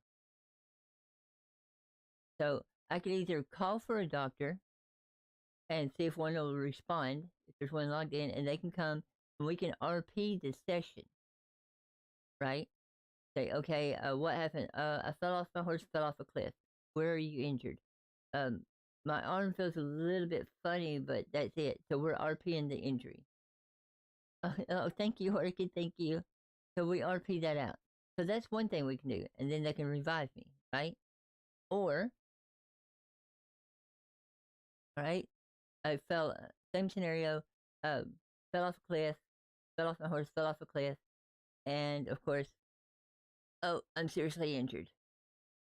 And yes, I love doing ragdoll because it's funny. So I'm seriously injured, but I don't want to call a doctor. But it's going to be a 4-minute wait. Basically, you got the wind knocked out of you. Kind of like if you have any major injury, get the wind knocked out of you. So after the 4 minutes, I haven't told anybody, nobody knows, it's just me laying here. I can choose to respawn. So I respawn, right? But here's the catch. Because I respawned, anything the reason I fell out, the reason I was seriously injured, anything that happened during that, like somebody had walked by during those 4 minutes, I don't remember nothing. I was knocked out for that entire time. So everything that transpired, I have no memory of, or your character does. I do. My character doesn't remember anything. So if somebody saw me stand up and they ride up and go, "Are you okay? What happened?" I'd be like, I don't know. I was just riding along here and blacked out, and I don't know what happened." So you have to RP it that way. Um, Now, if I get seriously injured because somebody shot me, like we're in a gunfight, right? And we've RP'd it out. Uh, they kill me. I don't call a doctor, and they don't pick me up and take me anywhere. I don't remember the entire incident. So I don't remember me and them gunfighting. I don't remember me and them uh, or them killing me. I don't remember none of that because it's all erased. If you black out, if you respawn, black out, uh, you lose that memory. So you it can't be like they shot and killed me.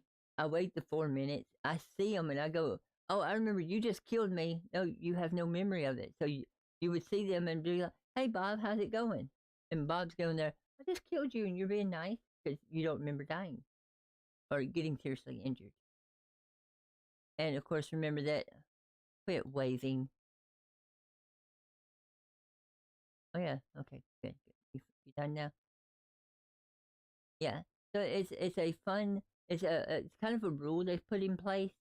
The way it's RP'd out, so that it limits griefing. Because if you don't remember getting shot, then why would you go shoot that person? Why would you even have any ill, unless there was some altercation, but you wouldn't remember that. You remember, me and so was talking and I blacked out. And when I came to, they were gone.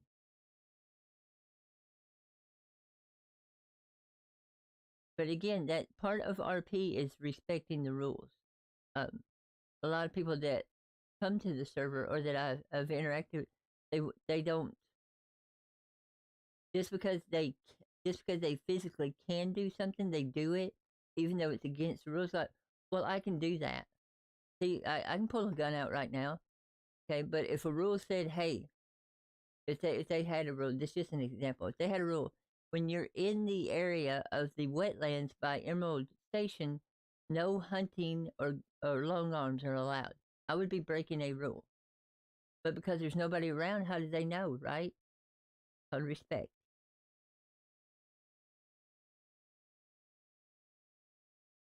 But there is no such rule. So if I see something, I can shoot it. I mean, well, I can shoot at it. Let's just be clear. I can shoot at it. Doesn't mean I'm going to kill anything. Because I am pretty sure during my travels as Rosalind, she has killed many of a tree. Oh, there's what we're looking for right there. So that's red raspberries. You can tell. See, the plant itself is kind of a yellowish green. So that's what I was looking for. Rosalind actually has to look for them because she doesn't have any ability to allow her to see it. Whereas Shifting Spirit, my little Native American girl, is, because I'm role playing her as the daughter of a medicine man, was her father was a medicine man in the tribe, knows what she's looking for. Now, I almost walked past that right there because it blends in. That is oregano. Let's see, for asset Shifting Spirit, there would have been a yellow ring around that, glowing, even without using Eagle Eye. Just, you can turn it on and it's always on. You can also turn it back off if you're not hunting herbs, but I usually try to keep hers on.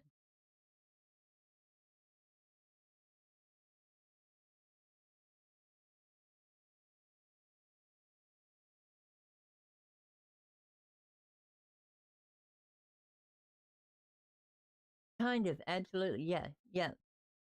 So, like, if Rosalind got downed and I respawned, she wouldn't have a memory of it. But now anybody around that saw what was going on could tell her what happened, and now she knows. But unless if there's nobody around to tell me what happened, and I hit E to respawn, that entire event is erased from her memory. but it's just her. So the person, yeah, yeah, yeah. If you break a rule, yeah. Excuse me. Um, let's say I was out here, right? And we'll use the same scenario. No hunting in the wetlands around Emerald. You can see there's a deer right over there, right? And there's a duck. So I pull out my gun. I look around. I don't see anybody. Nobody around. See that camp over there? Let's say I don't. There's somebody in their camp, but I don't see them. And of course, the duck flew away because I got too close. But we see that animal. We pop it. We go over and get it. Well, that's a gunshot in an area where there shouldn't be a gunshot. And that person over there at that camp sees me do it, and they report me to the law. So even though I didn't think anybody saw me, there might have been somebody that saw you and reported it to the law in town. It's like, hey, I saw this person wearing all black with white hair riding a black horse with a horn hunting in the wetland.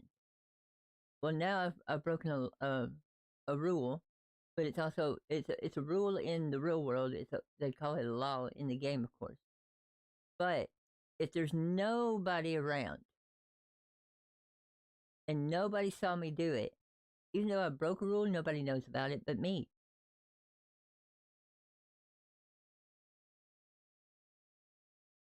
I missed it. But yeah, there's nobody that knows about it but me. So, I mean, technically, but technically, if I'm out here breaking rules, knowing that I'm breaking rules just because I want to play the game the way I want to play it, um, what does that say about me as a person? And it, of course, for the character Rosalind, it would make perfect sense. She's an outlaw. You don't care about rules. You don't care about laws.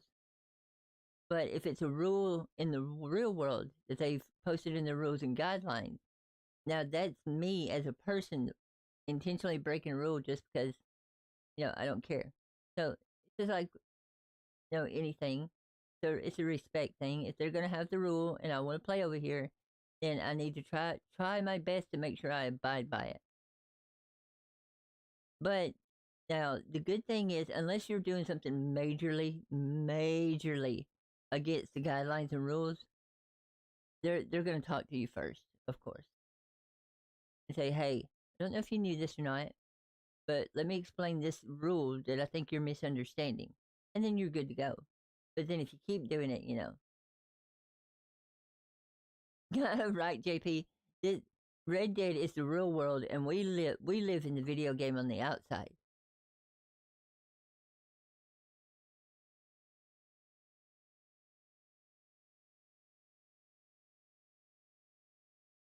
I know there's some more raspberries around here somewhere, but I mean, it's not that strict of a.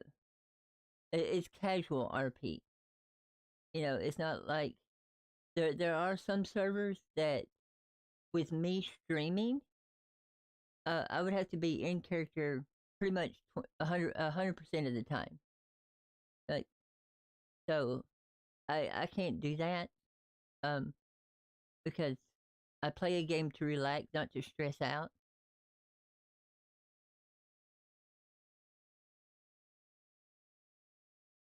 Oh, for Pete's sake!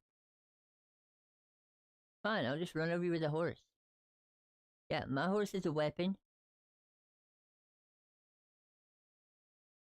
Yeah, and those kind of servers, they are fun. I've watched gameplay of very serious RP, and they're fun to watch because that's what those particular individuals are into. Would not be fun for me to play because I break character constantly.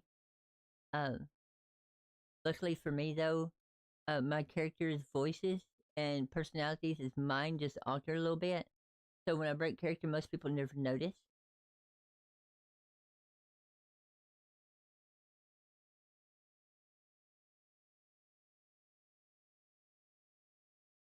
Ooh, that's a nice one. There, right there is a 10-point bug.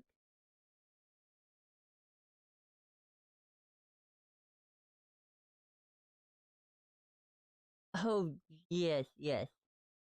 Well, and I did the same thing with when I was playing RDO. Um, I would have Enrico's, always wears white. She's a private investigator, bounty hunter. Tries to do things on the right side of the law pretty much all the time. But then I would have, and that was my good honor. But then I would have every once in a while, probably about once a week, I would do a bad honor day where Enrico would wind up exactly because it's RDO. Um, on the dishonorable days, she looked just like Rosalind here. Look, black outfit with the red. Um, ride a would ride a black Arabian named Cerebus, which that one's name is Cerebus, and I would do everything dishonorable that I could find to do. If it was trying to take over Strawberry, or doing the throwing dynamite, or just robbing every NPC I could find. That was my dishonorable days. So when I came over here, oh, nice shot on a buffalo. Um, oh, they're doing the legendary hunt buffalo. That's why. Okay. Uh, there's a you can actually buy legendary animal bait, or craft it, or should say, and put it out, and it will attract legendary animals that you can kill and skin. And that's that same person we saw earlier with the wagon. That's what they're doing. Oop.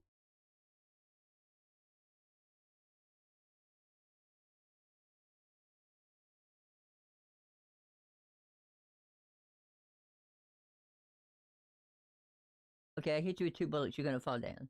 Oh, that's a horse. No. Yep, down you go. Good.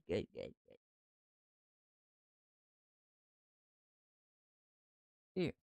Oh, yeah, I did that. I know. And I did that too. So over here, I just separated the good honor and bad honor characters into two different, or personas into two different characters.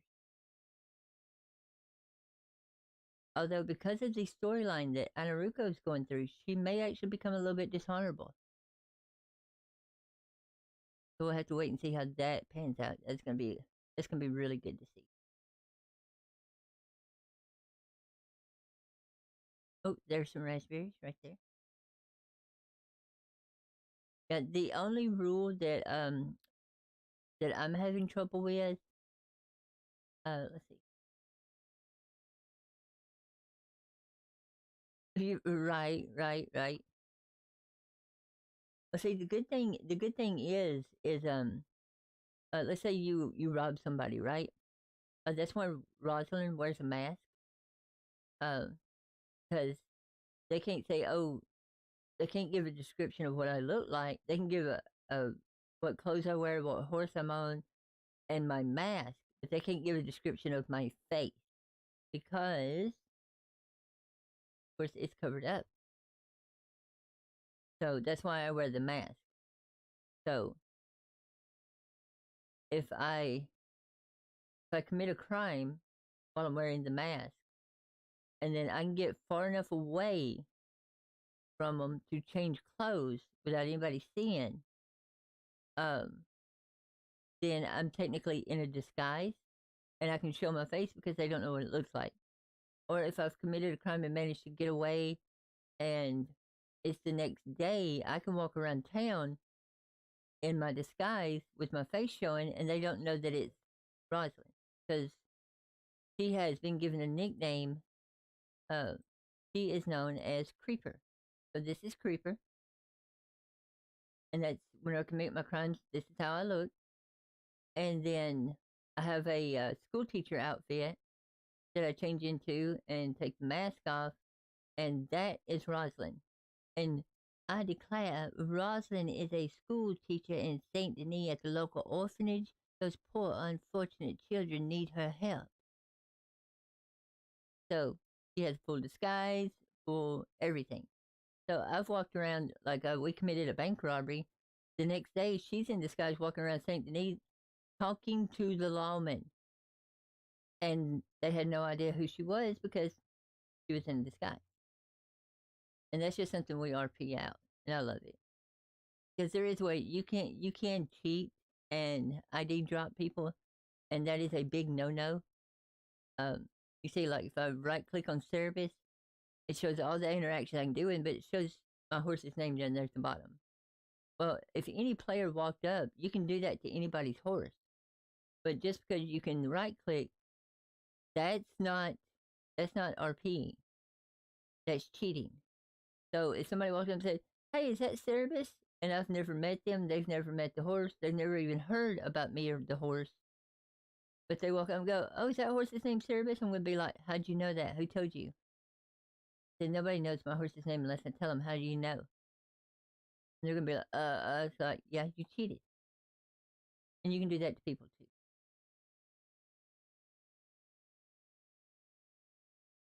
So remember anything, just about anything on the Red M platform, it's all about RPing. So it's all about having some fun and, actually asking questions, not assuming. Rabbit, I'm going after the rabbit.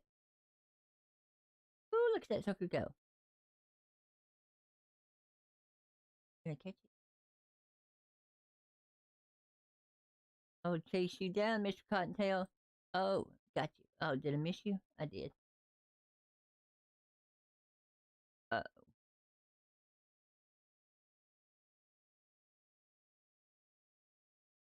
yeah, I'm not gonna catch this rabbit. Oh, well, let the rabbit go. Oh. Yeah, I'm not a huge fan of PvP because I'm not good at it. Um, as you can tell from me hunting, I am a very bad shot. Because I have carpal tunnel, tendonitis, and arthritis in both hands.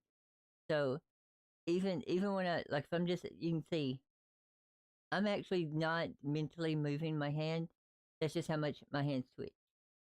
So that's why I can't hit anything, and I have to kind of guess which way my hand's going to twitch when I make a shot so that it twitches into the target. But it don't bother me. It's just part of who I am. But I definitely need to be careful with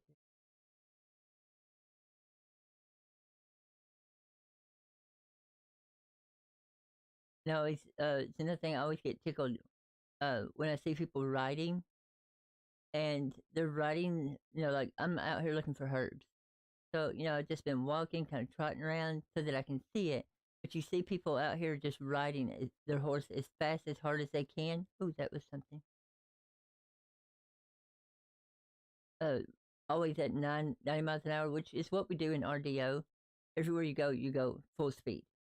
Well, here you wouldn't do that because that'd be like going to get a drink in the kitchen and you're always running. Actually, you can't. And I'll show you why. If you notice in the top right hand corner there, that box is empty. There are no ability cards in the DRB, so there's nothing you can use. Yeah, it's not a thing. See, what is it? Down in the bottom right hand corner, it says ability loadout. That would be your ability cards, and it says hit spacebar. Nothing. No ability cards. There's also no explosive ammo of any kind. No dynamite arrows. Um, no fire arrows. I'm not sure on the fire arrows, but I don't think there's fire arrows. So everything that griefers would use to grief with is pretty much been taken out of the game. And that's just and I agree with that for the type of server that it is. Yeah, I know, because I load my fire arrows and dynamite arrows, especially with Ani, because other than the call to arms, I always used a bow with her. That was just her thing. She was a bow user. Um, but with not having assisted aim, um, it's very hard to use a bow in intense situations. I can do it as long as for hunting, as long as I've got the drop on the animal. But for regular interactions, yeah, it's kind of hard. Kind of hard.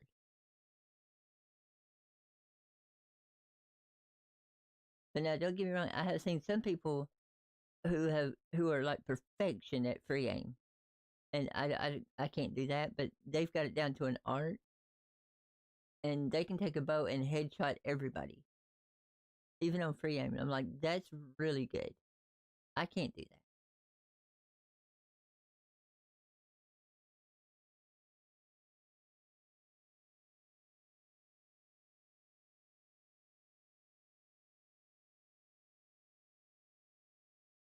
But I have realized something about New Dakota and my personal personality. Um, I actually talk a lot more when I'm in New Dakota because it is such a relaxed environment. You actually have the opportunity to, you're not having to concentrate on where's this at, where's that at, because I can't game and talk easily because I get easily distracted. So I'm actually able to interact more over here than I could in regular RDO. Oh, can I get you with the horse again? Got you. Who needs a gun? I've got a horse.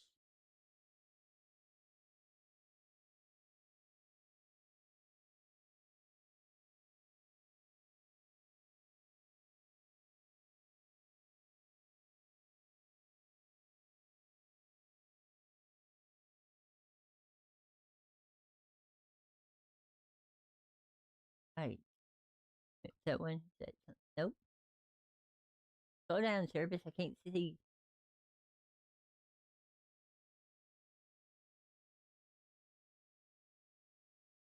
somebody hauling butt.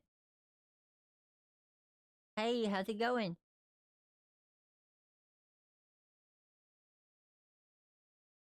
And that is somebody making a run with a load of coal.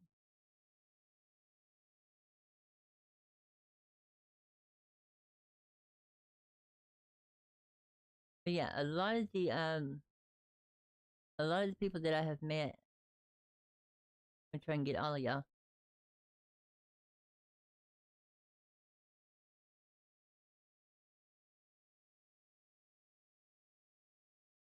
Okay, 2 out of 3 is not bad. Yeah, if bullets don't work, do something bigger. Oh yeah, sticking with RDO. Yeah, definitely. Like I said, role play servers are not for everybody. Um, I honestly, I still have trouble being over here. I mean, I love it. Um, it was actually a good friend, Perno Bandito, that got me to come over to do my mystery videos from over here to where I could have more. And I mean, I got like if you notice, the only RP I've had to do today is because I'm still out hunting and fishing and well, I'm not fishing because I do not fish, but I've been out hunting, collecting herbs, just casual, and I've met people on the road. Most of it's been like that last one. Howdy, how you doing? Good to see you. You know, because they're busy doing their deliveries or doing their job. I mean, I could very easily be stopping every one of them and robbing them and hoping I don't get caught. So you can play it however you want, but at the same time, whereas like in RDO, we can pull our gun out, level an entire town, go do call to arms, all that, which I love doing all that. Uh, Stuff like that don't exist over here. And this is private property. This actually belongs to Scarlet Harlot. A lot of people that I've met through trippy commentaries, from when I first started watching his stream to him convincing me to do my videos, Perno Bandito backing me up, convinced me to do my videos. Um, a lot of them I've met through over here, like Pony Macaroni, um, and then Austin BMX. And Austin BMX is actually the one who owns and operates this server. Uh, Pony, Scarlet Harlot, Perno Bandito. A lot of them actually are either moderators or editors. T-Mad TV, the graphic designer. Uh, there's countless others that work on this server to get it to what it is. And it's raining again. But now, one thing I wish this had that RDO doesn't is I can actually go to a horse trainer because there's no such thing as bonding with your horse over here. Um, your horse gets XP and levels up just by riding it around.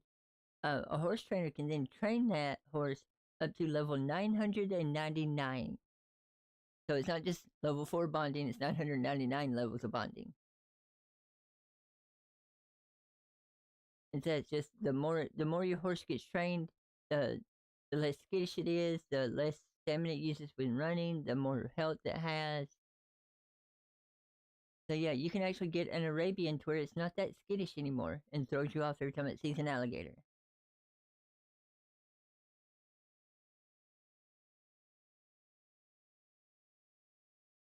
Because shoot it from far enough away, oh, it's gonna run for it.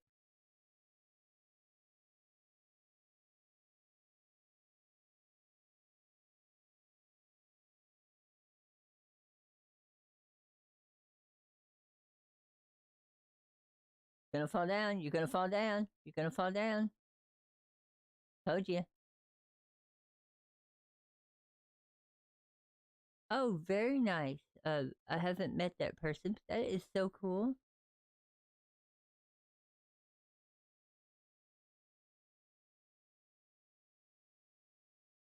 And see, the one aspect, another aspect I love of DRB, of course,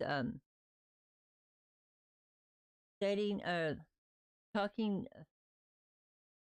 See how to explain it. Let's say I had a friend that I gamed with, right? And this is just an example. But we were openly talking about, like, not in private, not conclude, but we were talking about, hey, I'm fixing to log in. Come meet me over here. But then they log in and they don't send me a telegram. So even though I know exactly where they're at, because they didn't send, because their character didn't send my character a telegram, I technically Rosalind doesn't know they're there. Now I can slowly be wandering around working towards that area, but I can't just take off at beeline straight there because I don't know they're there. Why would I go there? Um, but um, the whole reason I said that is somebody I know that I game with regularly should be standing like right over there at the telegram office, right? And I'm over here hunting, and unless they send me a telegram saying, "Hey, I'm at Emerald," so that I know to actually turn around and look, um, I would never know that they were there. You can actually walk past your friends, and they be turning the corner, turning to the left as you're coming around the corner to the right, and you just barely miss each other, and you're like, "I've been looking for you for an hour. Where are you?" And I'm like, "I'm right." You know, they read a telegram. It's like, "I'm right over here," and you were standing behind them the whole time, but because you were back to back, you didn't know it. I have had that happen a lot, and that is hilarious. Because Enrico and a person she's friends with literally missed each other by about 10 seconds. I came out they rode off on their horse as I was coming out of a gun store. Literally missed them by that much. Oh, I need to get a drink. Let me just walk up to the water right here. Now I can either collect water, get 3 bottles of water and put it in my bag, or I can just drink straight from the stream.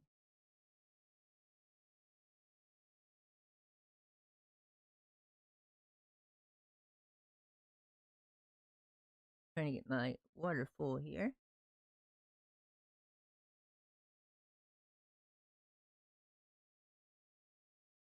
All right, give me just a second here, everybody. I will be right back.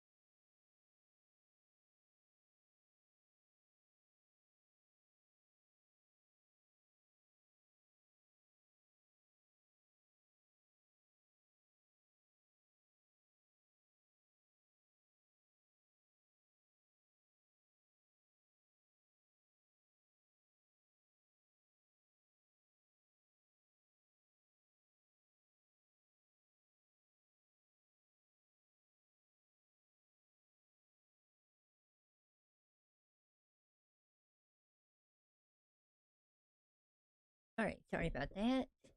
Had to let the white haired puppy outside. All right, so it's nighttime. Oh, we are about to starve. Luckily, we have got plenty of meat that we've cooked up. Of course, with the cooking system, and which I adore the cooking system. Anybody can kill animals, get the meat, and then cook it and get eat it for food. Anybody can gather herbs like the oregano that we were gathering, or you can also gather mint, all the herbs. But you can then cook those into the minty game meat or the oregano game meat or any of the meats actually, like prime beef, that bison, and that ox. Makes really good food, but it gives more stats. So the more you put into cooking, the more you're going to get out of it. And there is the chef role if you wanted to have a job as a chef, where you can actually cook a lot more and get recipes and stuff.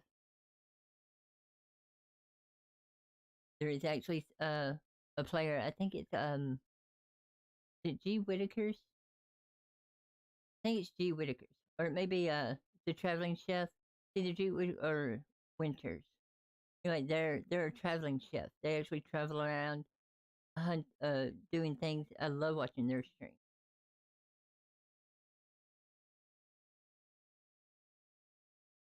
Let me,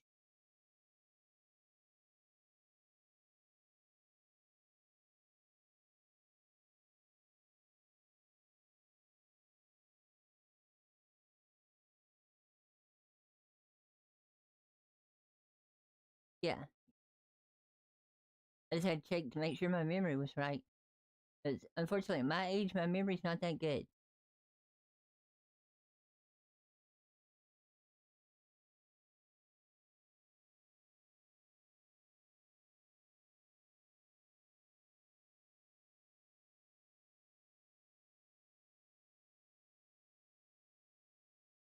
Yeah, but anyway, those are really good ones. But for me, anyway. Da, da, da, da, da. Okay, so we need to figure out if we're going to be setting up our own camp or bunking in somebody else's, which we don't know yet.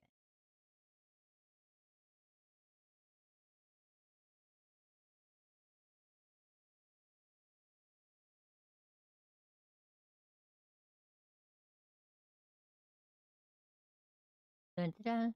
So I hope everybody's been having fun with the stream today. Like I said, it's kind of just a casual, relaxed uh stream on the outlaw, trying to figure out where she's going to go, what she's going to do. She now, like I said, she now has an answer to what happened at the outpost. So she knows that they weren't robbed, and nobody went to jail. It's just everybody scattered because the law had figured out where the outpost was, and it was becoming way too popular. And when you're living the outlaw life, being popular or being popular, well known is okay, but being popular means everybody knows where you're at. And when a bunch of people know where you're at, those bunch of people, there's always going to be one that's going to go tell the wrong person, and now the law knows where you're at. So your little hideout is no longer a hideout, it's a hangout. That's a bad thing, especially in the outlaw life. But I do play Rosalind. She's an outlaw, very, very psychotic, paranoid, schizophrenic. She hears voices and talks to her horse, and she firmly believes that her horse talks back and is jealous of other horses. So that's the way that I play her. So whenever she woke up and the camp was in disarray, um, every bad thought you could have, she thought all at once. The problem was she didn't know which one she was going to go with, so she just went with all of them. So, but she finally got an answer for that, so she's calmed down. But now she's trying to figure out where she fits into the world by herself because she thinks she's alone now, but she's not. She's not. The family is a very good group of people. They may be cannibals, but they are a very loyal and committed group.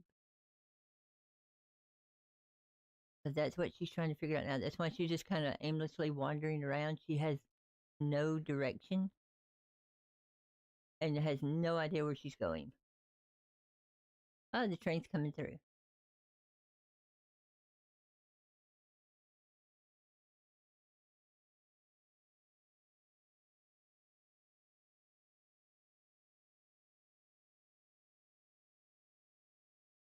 Hmm.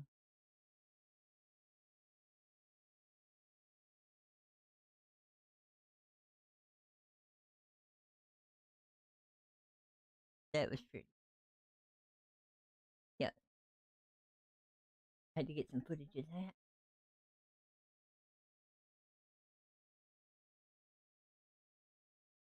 Now, of course, the graphics have always been great in RDO. I've got mine turned way down, just because I stream, so it doesn't put that much stress on my PC. Uh, but yeah, definitely love the graphics in the game. I was also looking for raspberries, which we haven't many of.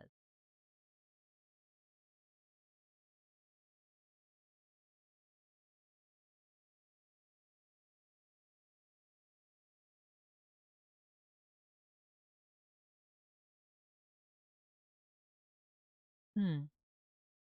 Yeah. Uh, no, there would not be money on the train. Now, if there was passengers on that train, they would have money. Hey, Trippy Night Dog. And if I wanted to stop the train or board the train, you actually have to stop them. You can't just right upside and jump on it and start robbing people. Um, you actually have to stop the train, and I could rob the individual people unless I made the mistake of robbing a train that a lawman was riding. Like, let's say a lawman from Valentine decided to take the train to St. Denis, and I stopped that train and I go to rob it. Well, now I've got to contend with the fact that there's an armed lawman riding the train. The moment I stop it, he's going to draw his weapon. Now, of course, we're going to have to RP the scene out, but because I stopped the train, he's aware that something's wrong. And lawmen do, as far as I know, if I'm a lawman and I'm on a train and it stops for no reason, I'm drawing my weapon. Because I don't know if there's a cow on the road. Somebody try to cross in front of the train and they hit them? We've got to RP out, getting a doctor out there to save them, or if it's being robbed. And actually, most of the streams, you notice when I've been riding around Rosalind, her long arms are on her back. And typically, I ride around like this. If I'm not in town, I've always got a gun out. That way, if somebody rolls up on me, I'm already armed. And they're like, hey, I'm a friend. Why don't you go ahead and put that gun away and let's talk? What? Come on. Let's just talk and have a quick chat. Put the gun away. If I put the gun away, now I'm unarmed. I'm not readied up. They can pull theirs out and go, well, since you put your gun up, go ahead and put your hands up too. I just got robbed.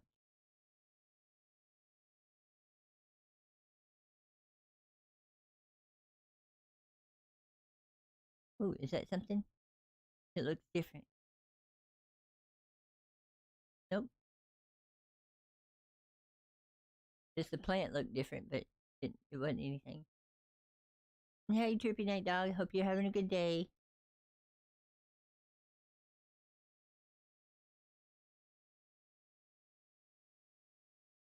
Oh, that's some milkweed. We will definitely take that milkweed.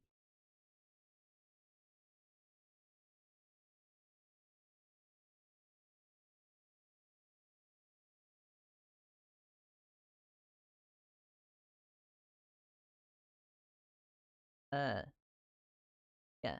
I was fixing to shoot it until I realized it was a double barrel shotgun at this distance. Not gonna be doing much.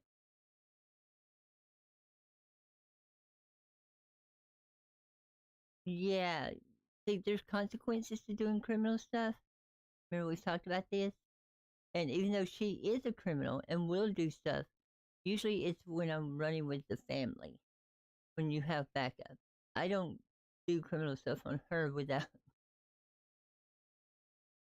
having family around or having backup. I missed the coyote. Could not reload fast enough.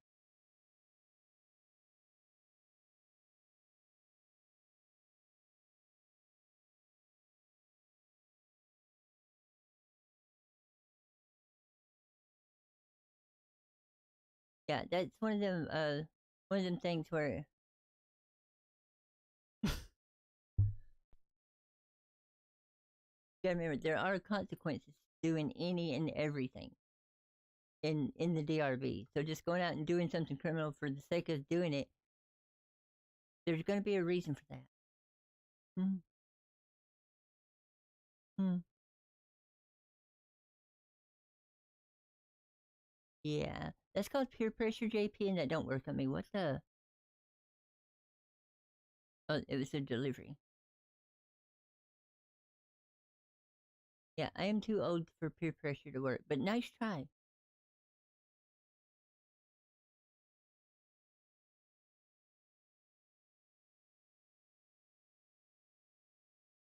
Yeah, most of my criminal activity, if you watch some of T-Mad TV's stream, then you will see my criminal activity when I'm on Rosalind.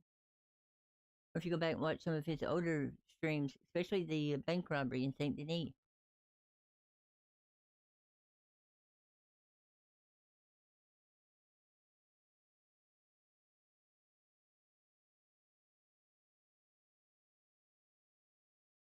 Are you going to race? Like it moved.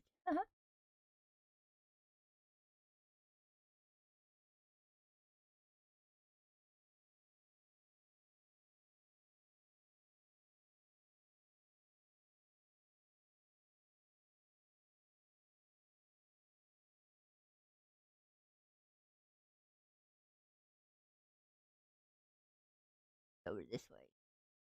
Actually, I need to head to Valentine.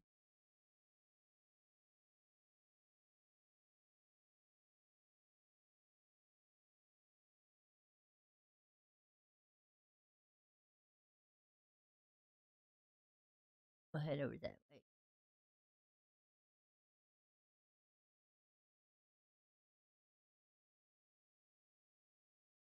Gotta go and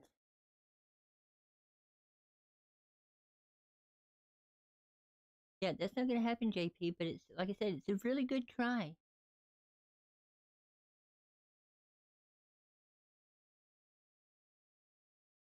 It's like I said, there are consequences in the DRB for committing any criminal activity whatsoever. So unless I have to engage in fights, I'm not going to, and then I'm not going to purposely go out and create a fight just so I can jump in on a fight.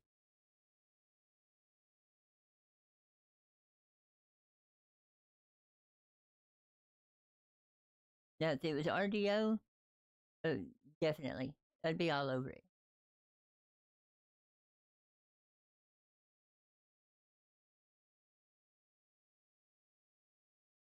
That looked like lawmen, and they just let me ride by with my gun out.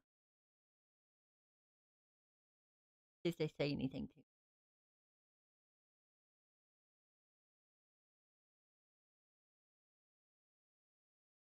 to me. Yeah.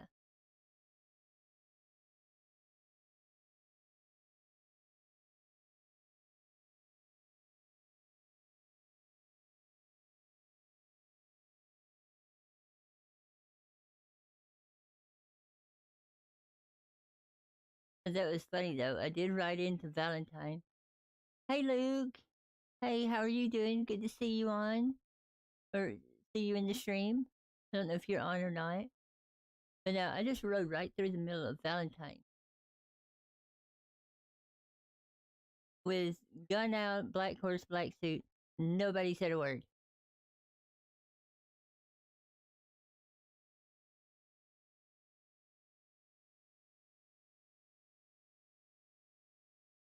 That was hilarious.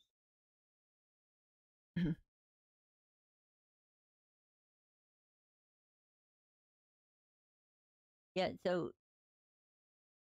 Rosalind,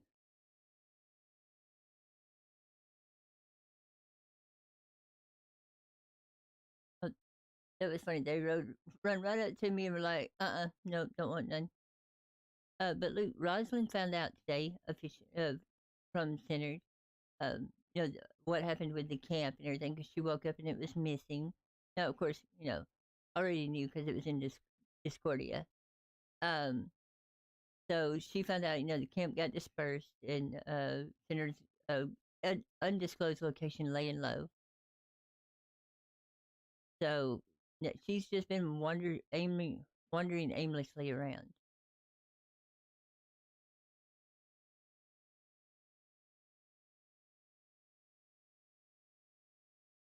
And I keep hoping one of these lawmen will say something, but there's laws right there who hasn't said a word. Literally, I am sitting here with a gun out in town, and he's not saying a word.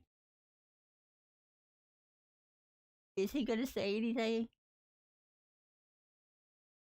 Yes, the outpost. The outpost is got dispersed and all the members scattered.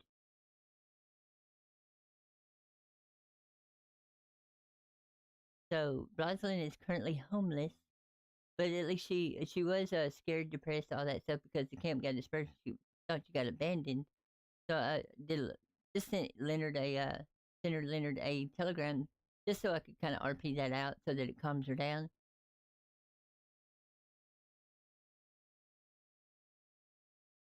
And I love the fact um, the camp became too popular, the outpost did.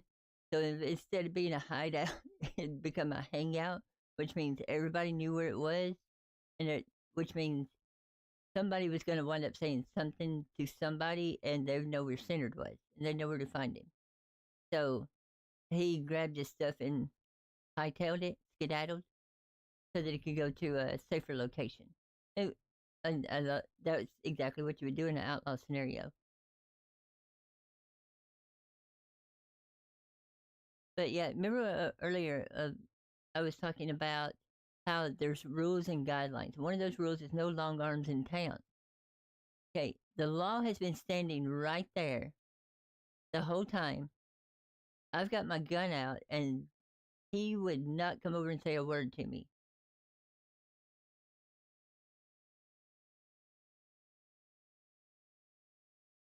So even if I try, even if technically I was trying to start a fight with the law, they wouldn't even mess with me. Now, if that was like Chance or some of the other lawmen, they might have, but he looked like an old man. And he didn't want to try fighting me.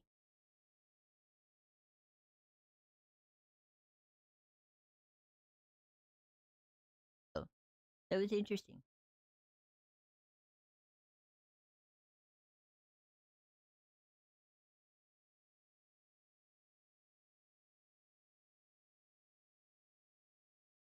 But the Valentine Church, right there.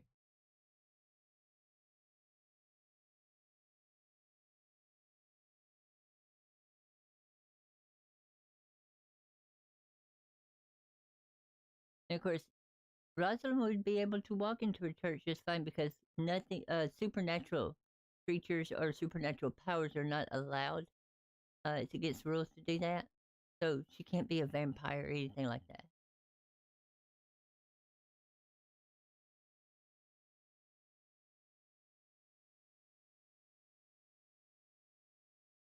See, there's the plaque that I was talking about right there. We all know it exists. But yeah, see, church. And yes, you can enter the church. There is they have done a Y map for it. So whenever you go in, there's an actual interior and everything like that.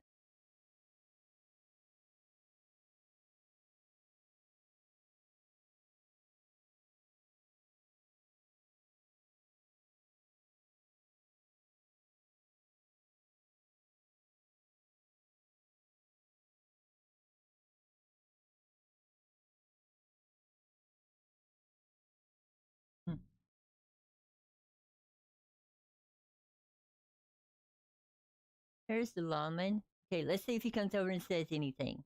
All right.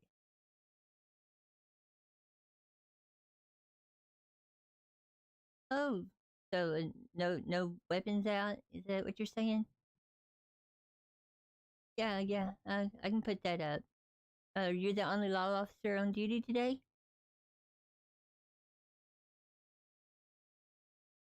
Yeah, absolutely. There you go. Sorry about that. You're the only lawman here today?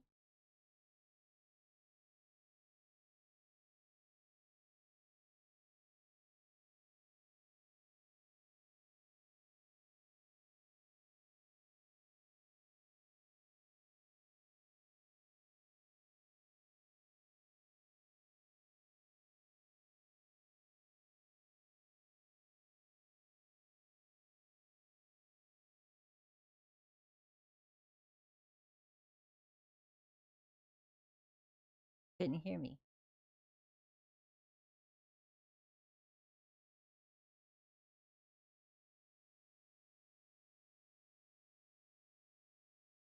Yeah, sorry about that. Uh, y- are you the only lawman on duty today?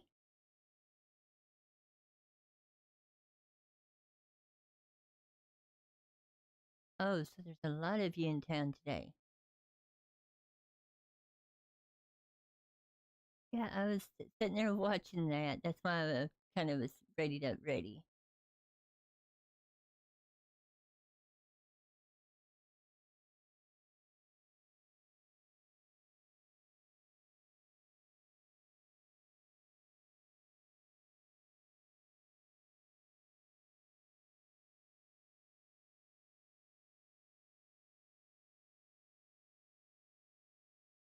Yeah, you would think it'd be insane for somebody to commit a criminal act with all y'all in town.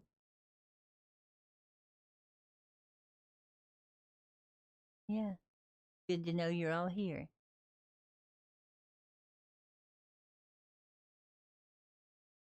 Well, if you're all here, that means there's nobody in the other towns. Oh, okay. Where would they be at?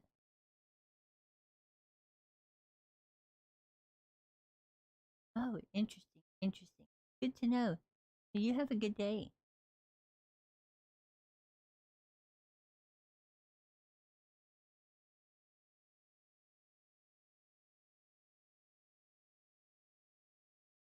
Yeah, yeah. Rosalind, notice uh if you was thinking about the interaction, I was sitting there with both my long arms, one out, one on my back. And he walked over and just asked me politely, "Hey, could you put that up?" Now, of course, Rosalind is wearing a mask, which I do not have a permit for, by the way, to be wearing, because you do have to get a permit to wear a mask while you're in town. Never asked to see my permit. Um, he basically laid out, "Hey, this is how much law we've got in town." So Rosalind now knows. So Rosalind now knows all the law that's in town.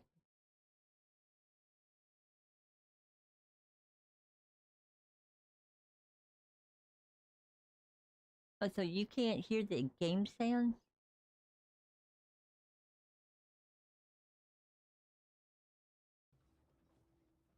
And wow, so I've been streaming for 2 hours and the sound was muted. So thanks, chat. Thanks for letting me know.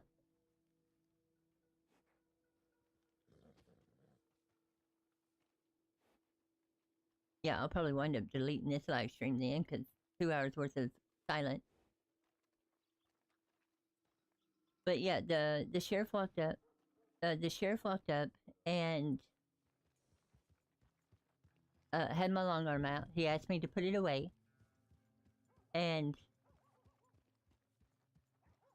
so of course sound was messed up, so I fixed that.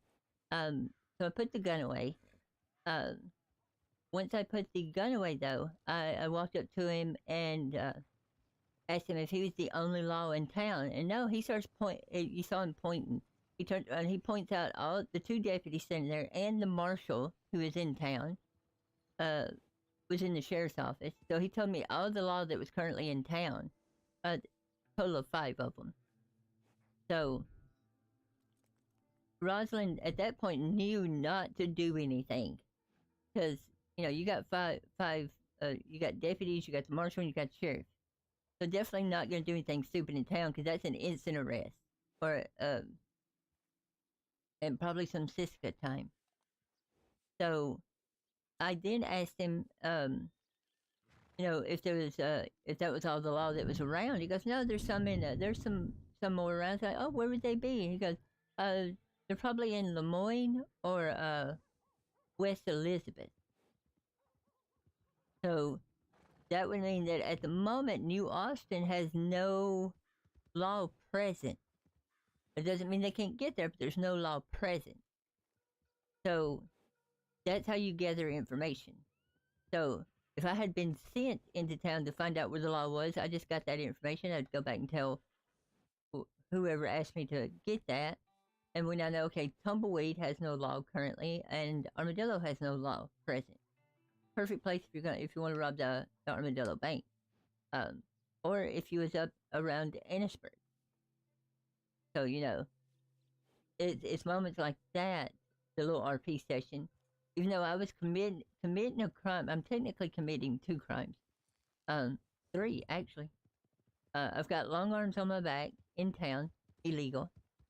I had a gun drawn in town, illegal.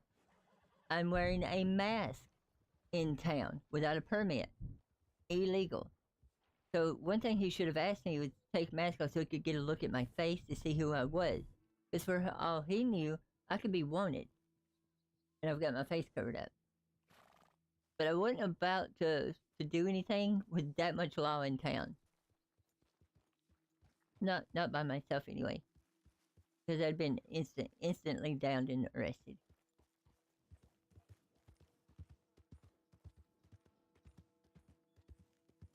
And I can't believe I've had my sounds muted this whole time. Y'all know, if y'all have ever watched my stream, you know I'm notorious for doing that. Somebody always has to tell me, hey, your sounds are muted.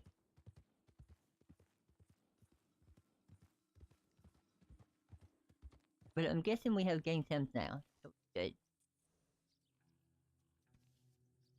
Yeah, we're good. We're good.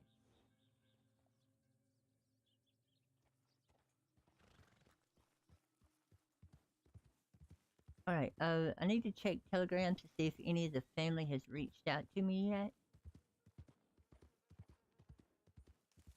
Probably not, because like I said, everybody scattered.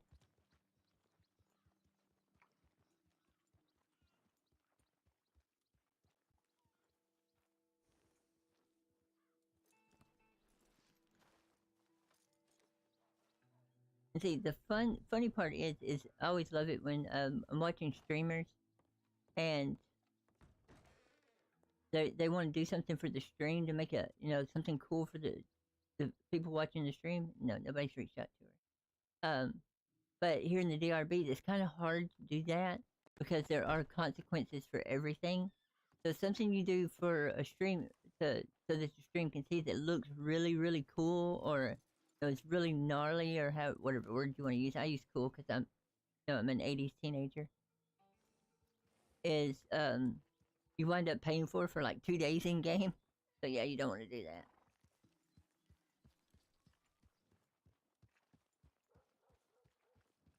But but yes, Luke. The oh, okay, so we've got really bad weather going in or coming in.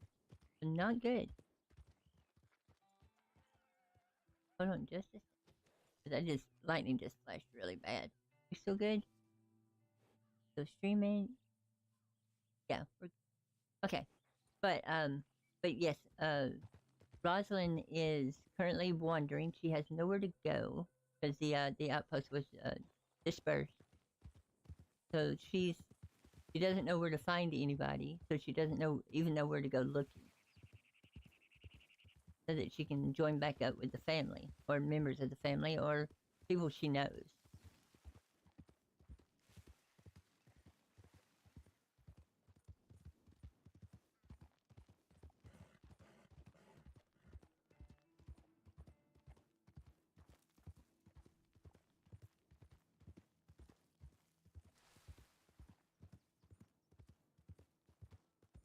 but actually, I think, oh,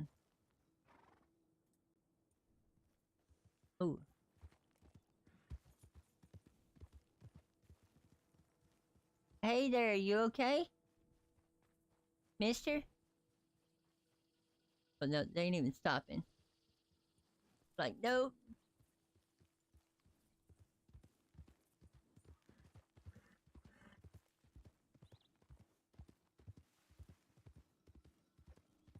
Hey, do you need a ride or something?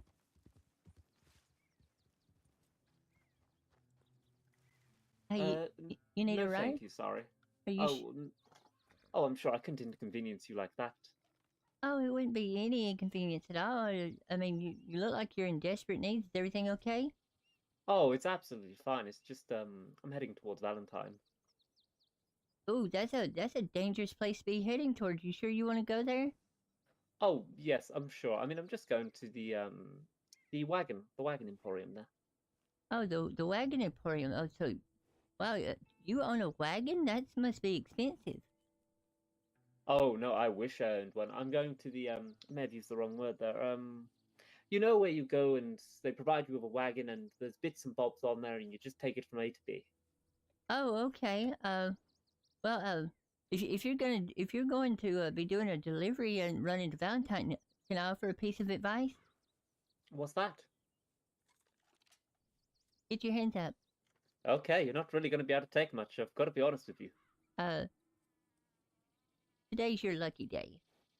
Make sure you always have a weapon or never ever talk to somebody wearing a mask because we're probably going to rob you. Oh, well, that wouldn't be lawful. What is there anything about me that looks like lawful? I mean, that's a fair and valid point. I must also admit I am entirely too awkward to walk away from a situation like this. Well, just today's your lucky day. Just take that piece of advice and have a great day. Oh, thank you. I hope you have a good day too, and that hopefully you don't commit any crimes. Oh, you better hope I do. Just you better hope it's not you. Oh, well, I'll be honest, even if you did rob me, I honestly don't have anything on me. You can't, I think you'd probably be losing stuff in the process, like, your time. Yeah, but I'm sure you've got friends that would love to pay to have you back. Yes, friends, I have those. Yeah, so see, you are worth something. Just don't let me find out how much. Okay, I have to be honest there, I lied. I don't like lying. I actually have no friends. Aw, don't worry. See, you have a friend now. Well, of course, I'm not the kind of friend you want to have, but you have one. Oh, what would your name be, my friend? My name's Creeper. Oh, that's a lovely name. Yeah, absolutely, and hope to see you around sometime. You too. Hopefully, without the mask and the shotgun. Aw, you hope for stuff that's never gonna happen. That's so cute. Oh, people can have hopes and dreams, can't they? Yes, that way the world has something to crush. Oh, or maybe if it's crushed, it can be put into something different, like optimism and determination. Like an ingredient. Yes, or like hands or skulls. Oh, I see. I'm glad. You have a great day, and remember, don't trust people in masks. Got you, ma'am. I hope you have a lovely day. You too. You have a good one. Or not. Bye. Oh,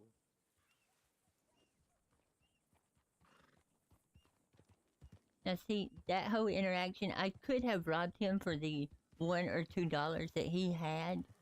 Um, but like I said, everything has consequences. And he was heading to Valentine where all the law was. So if I had robbed him, he would just ran to town. They would have come straight looking for me.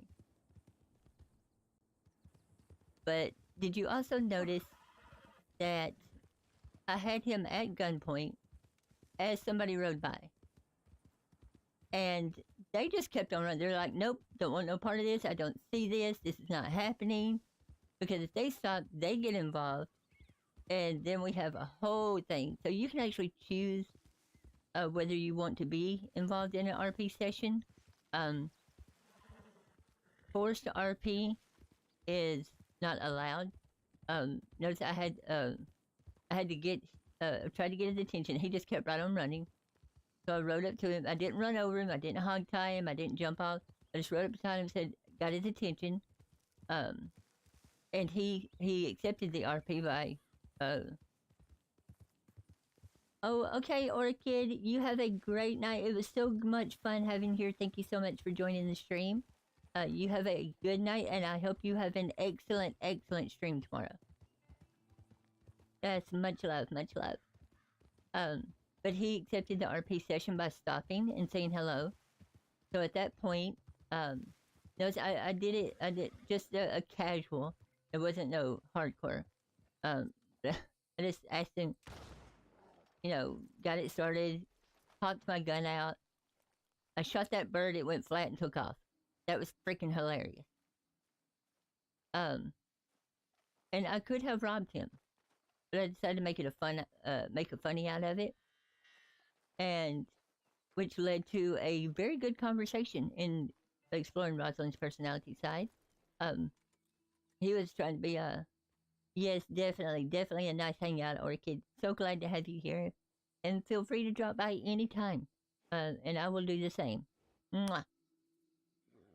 But he was trying to be the lighter side because, especially, it's like nice to have hopes and dreams. I was like, yes, that way the world has something to crush, and he took the word crush, and was going to try and morph that into something else. Of course, Rosalind being the psycho, quickly flipped it. Yes, hands and skulls, and he thought, oh yeah, he was definitely. But and see, that's what I love the RP interactions because he was playing the part of the scared traveler.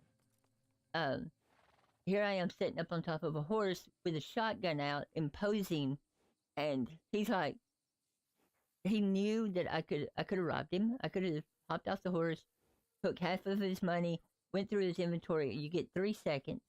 I could have took anything out of his inventory that I could have got a hold of in 3 seconds. But he had just said he was going to the wagons emporium. So, he by what he stated, it's like, oh, I'm going to the wagon. Oh, you must be rich. And he's like, oh, no, because I'm sitting here with a shotgun out, imposing. So I was like going to rob him if he had a lot of money, but he obviously didn't. Or if he did, he may have had like $1,000 on him. But he was making sure that he didn't give that away so that I didn't get suspicious. So I let him go with that, and I went with it. They said, oh, you're broke, you're thing. So I'm going to offer you some advice. You notice her advice was completely useless. It was, don't trust people in masks while he's talking to a girl wearing a mask. So I was basically telling him, you should not trust me. And so it was neat. I mean, but I also have to be aware of what's going on around me. Whenever you do any crime, you can't just think about that moment. You've got to think about everything around you, just like you would in the real world. Is there anybody nearby? If I rob him, what are my chances of getting away with this? We're right outside of Valentine. Well, we'd just been there. We knew that there was at least 5 lawmen. One of them being a marshal, right there in town. And we were literally, where we was at was just around the corner from Valentine. So by the time I robbed him and took off, he would have said, I just got robbed over here. They're going to head straight there. Well, then you've got 5 law. If it's just one, you can probably outsmart them. They're going to think you're going to go down the road or you're going to go this way. Well, you go the other way. They lose you. They never catch you. 5 of them, though, get to your spot and then spread out. Well, the chances of finding you are really, really great. And once one of them knows, the other one knows. Yeah. Oh yeah, the law was definitely in Valentine in full force.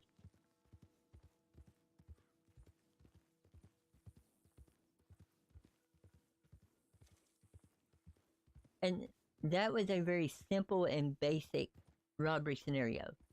Um, so no harm, no foul. I won't get in trouble for that by the law because I didn't rob him. I was teaching him a lesson. It was an educational session. And I love the fact that whenever he asked my name, because Rosalind's nickname is Creeper. That's what she goes by in public, which was given to her by Senator Leonard, by the way. And she is proud of that title. But he didn't ask, her real name or anything. Once I said Creeper, the stutter in his voice was beautiful. He was like, okay. And he left it at that because this is not somebody I want to know something about. Yeah, that's not gonna happen. Wish I had some dynamite and just blow the deer up.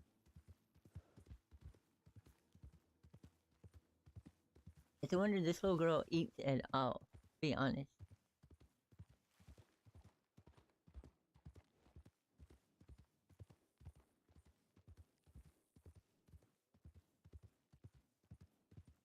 Let's go check out the family's clubhouse.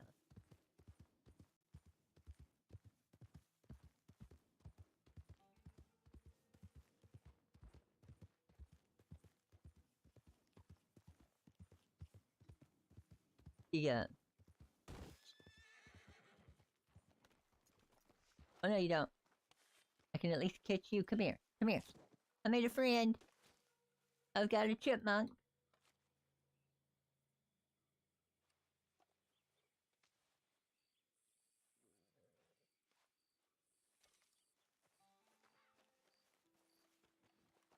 We're gonna call him. That's Salmon the chipmunk.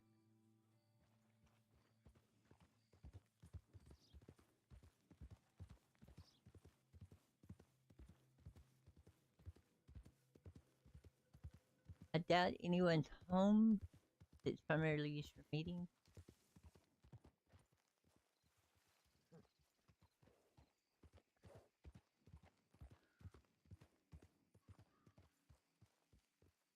Anyone home?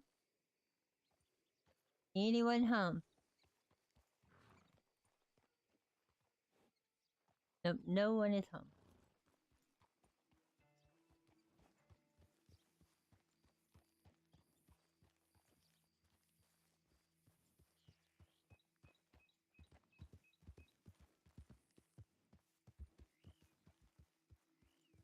Yeah, that's the Aberdeen pig farm. If you remember from RDO, where the uh, brother and sister lived when Arthur eats the stew and gets knocked out, wakes up in the body pit. Mine's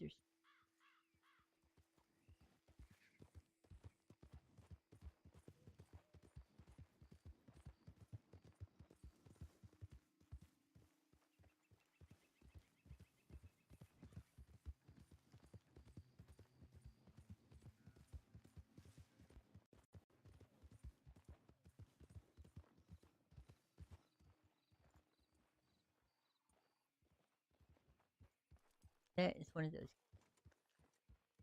Don't have any tonic. I have a Sam tonic. No help.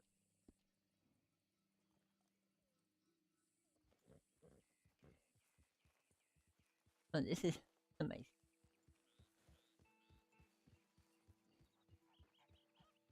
Check it out. Maybe I don't know if they're home or not, but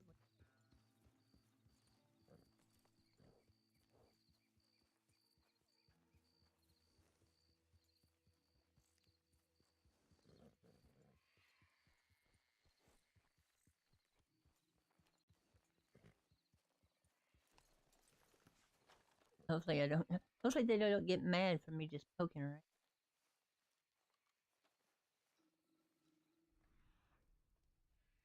Nice little table though with place setting. Hello, anyone home? Anyone home?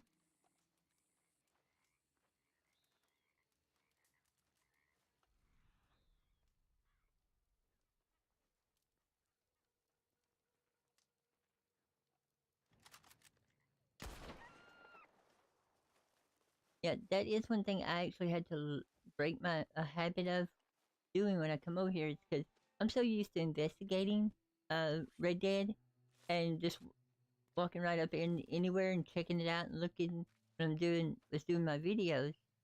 Um, Here that area might actually belong to a player, and you just walked right up in there like you own the place, and you liable to get drawed on or shot or something. Okay, this is the Winters place.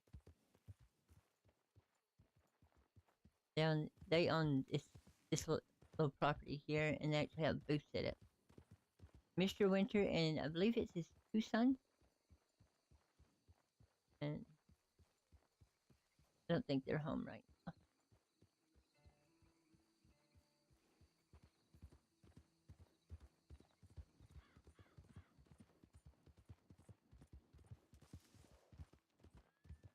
Where are we? We're way down here.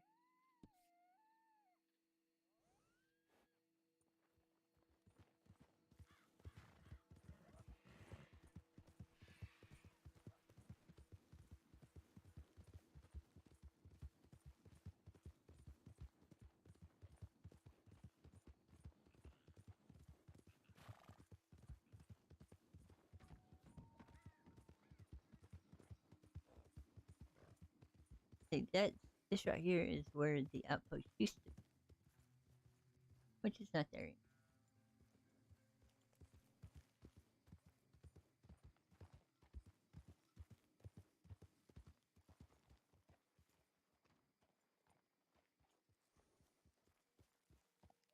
But all right, we are actually going to stop the stream right there for the day. It's been fun just riding around trying to tie up some loose ends, have a little bit of hunting and herb picking, and one robbery where we let the person go. A lot of times it's more fun to not actually rob them, but just have a fun interaction because you can make money very easily in this game in the Dakota River Bend. It's not that hard to survive, so there's no need to actually be robbing people. Um, but you can still have a attempted robbery interaction or a educational robbery interaction. Still have fun with it. Definitely wasn't about to do anything inside Valentine with that much law around. That was a guaranteed bad day. So I hope everybody enjoyed the stream. Uh, don't forget to check out White Hair Investigations here on YouTube for my Red Dead 2 mystery videos. That's how I actually got started in everything. It was episode 1. I can't even remember what it was exactly about. I had to go back and look, but that's been what 2 years, going on 3 years ago, where I got started. Now I'm in the Dakota River Bend having a blast of a time.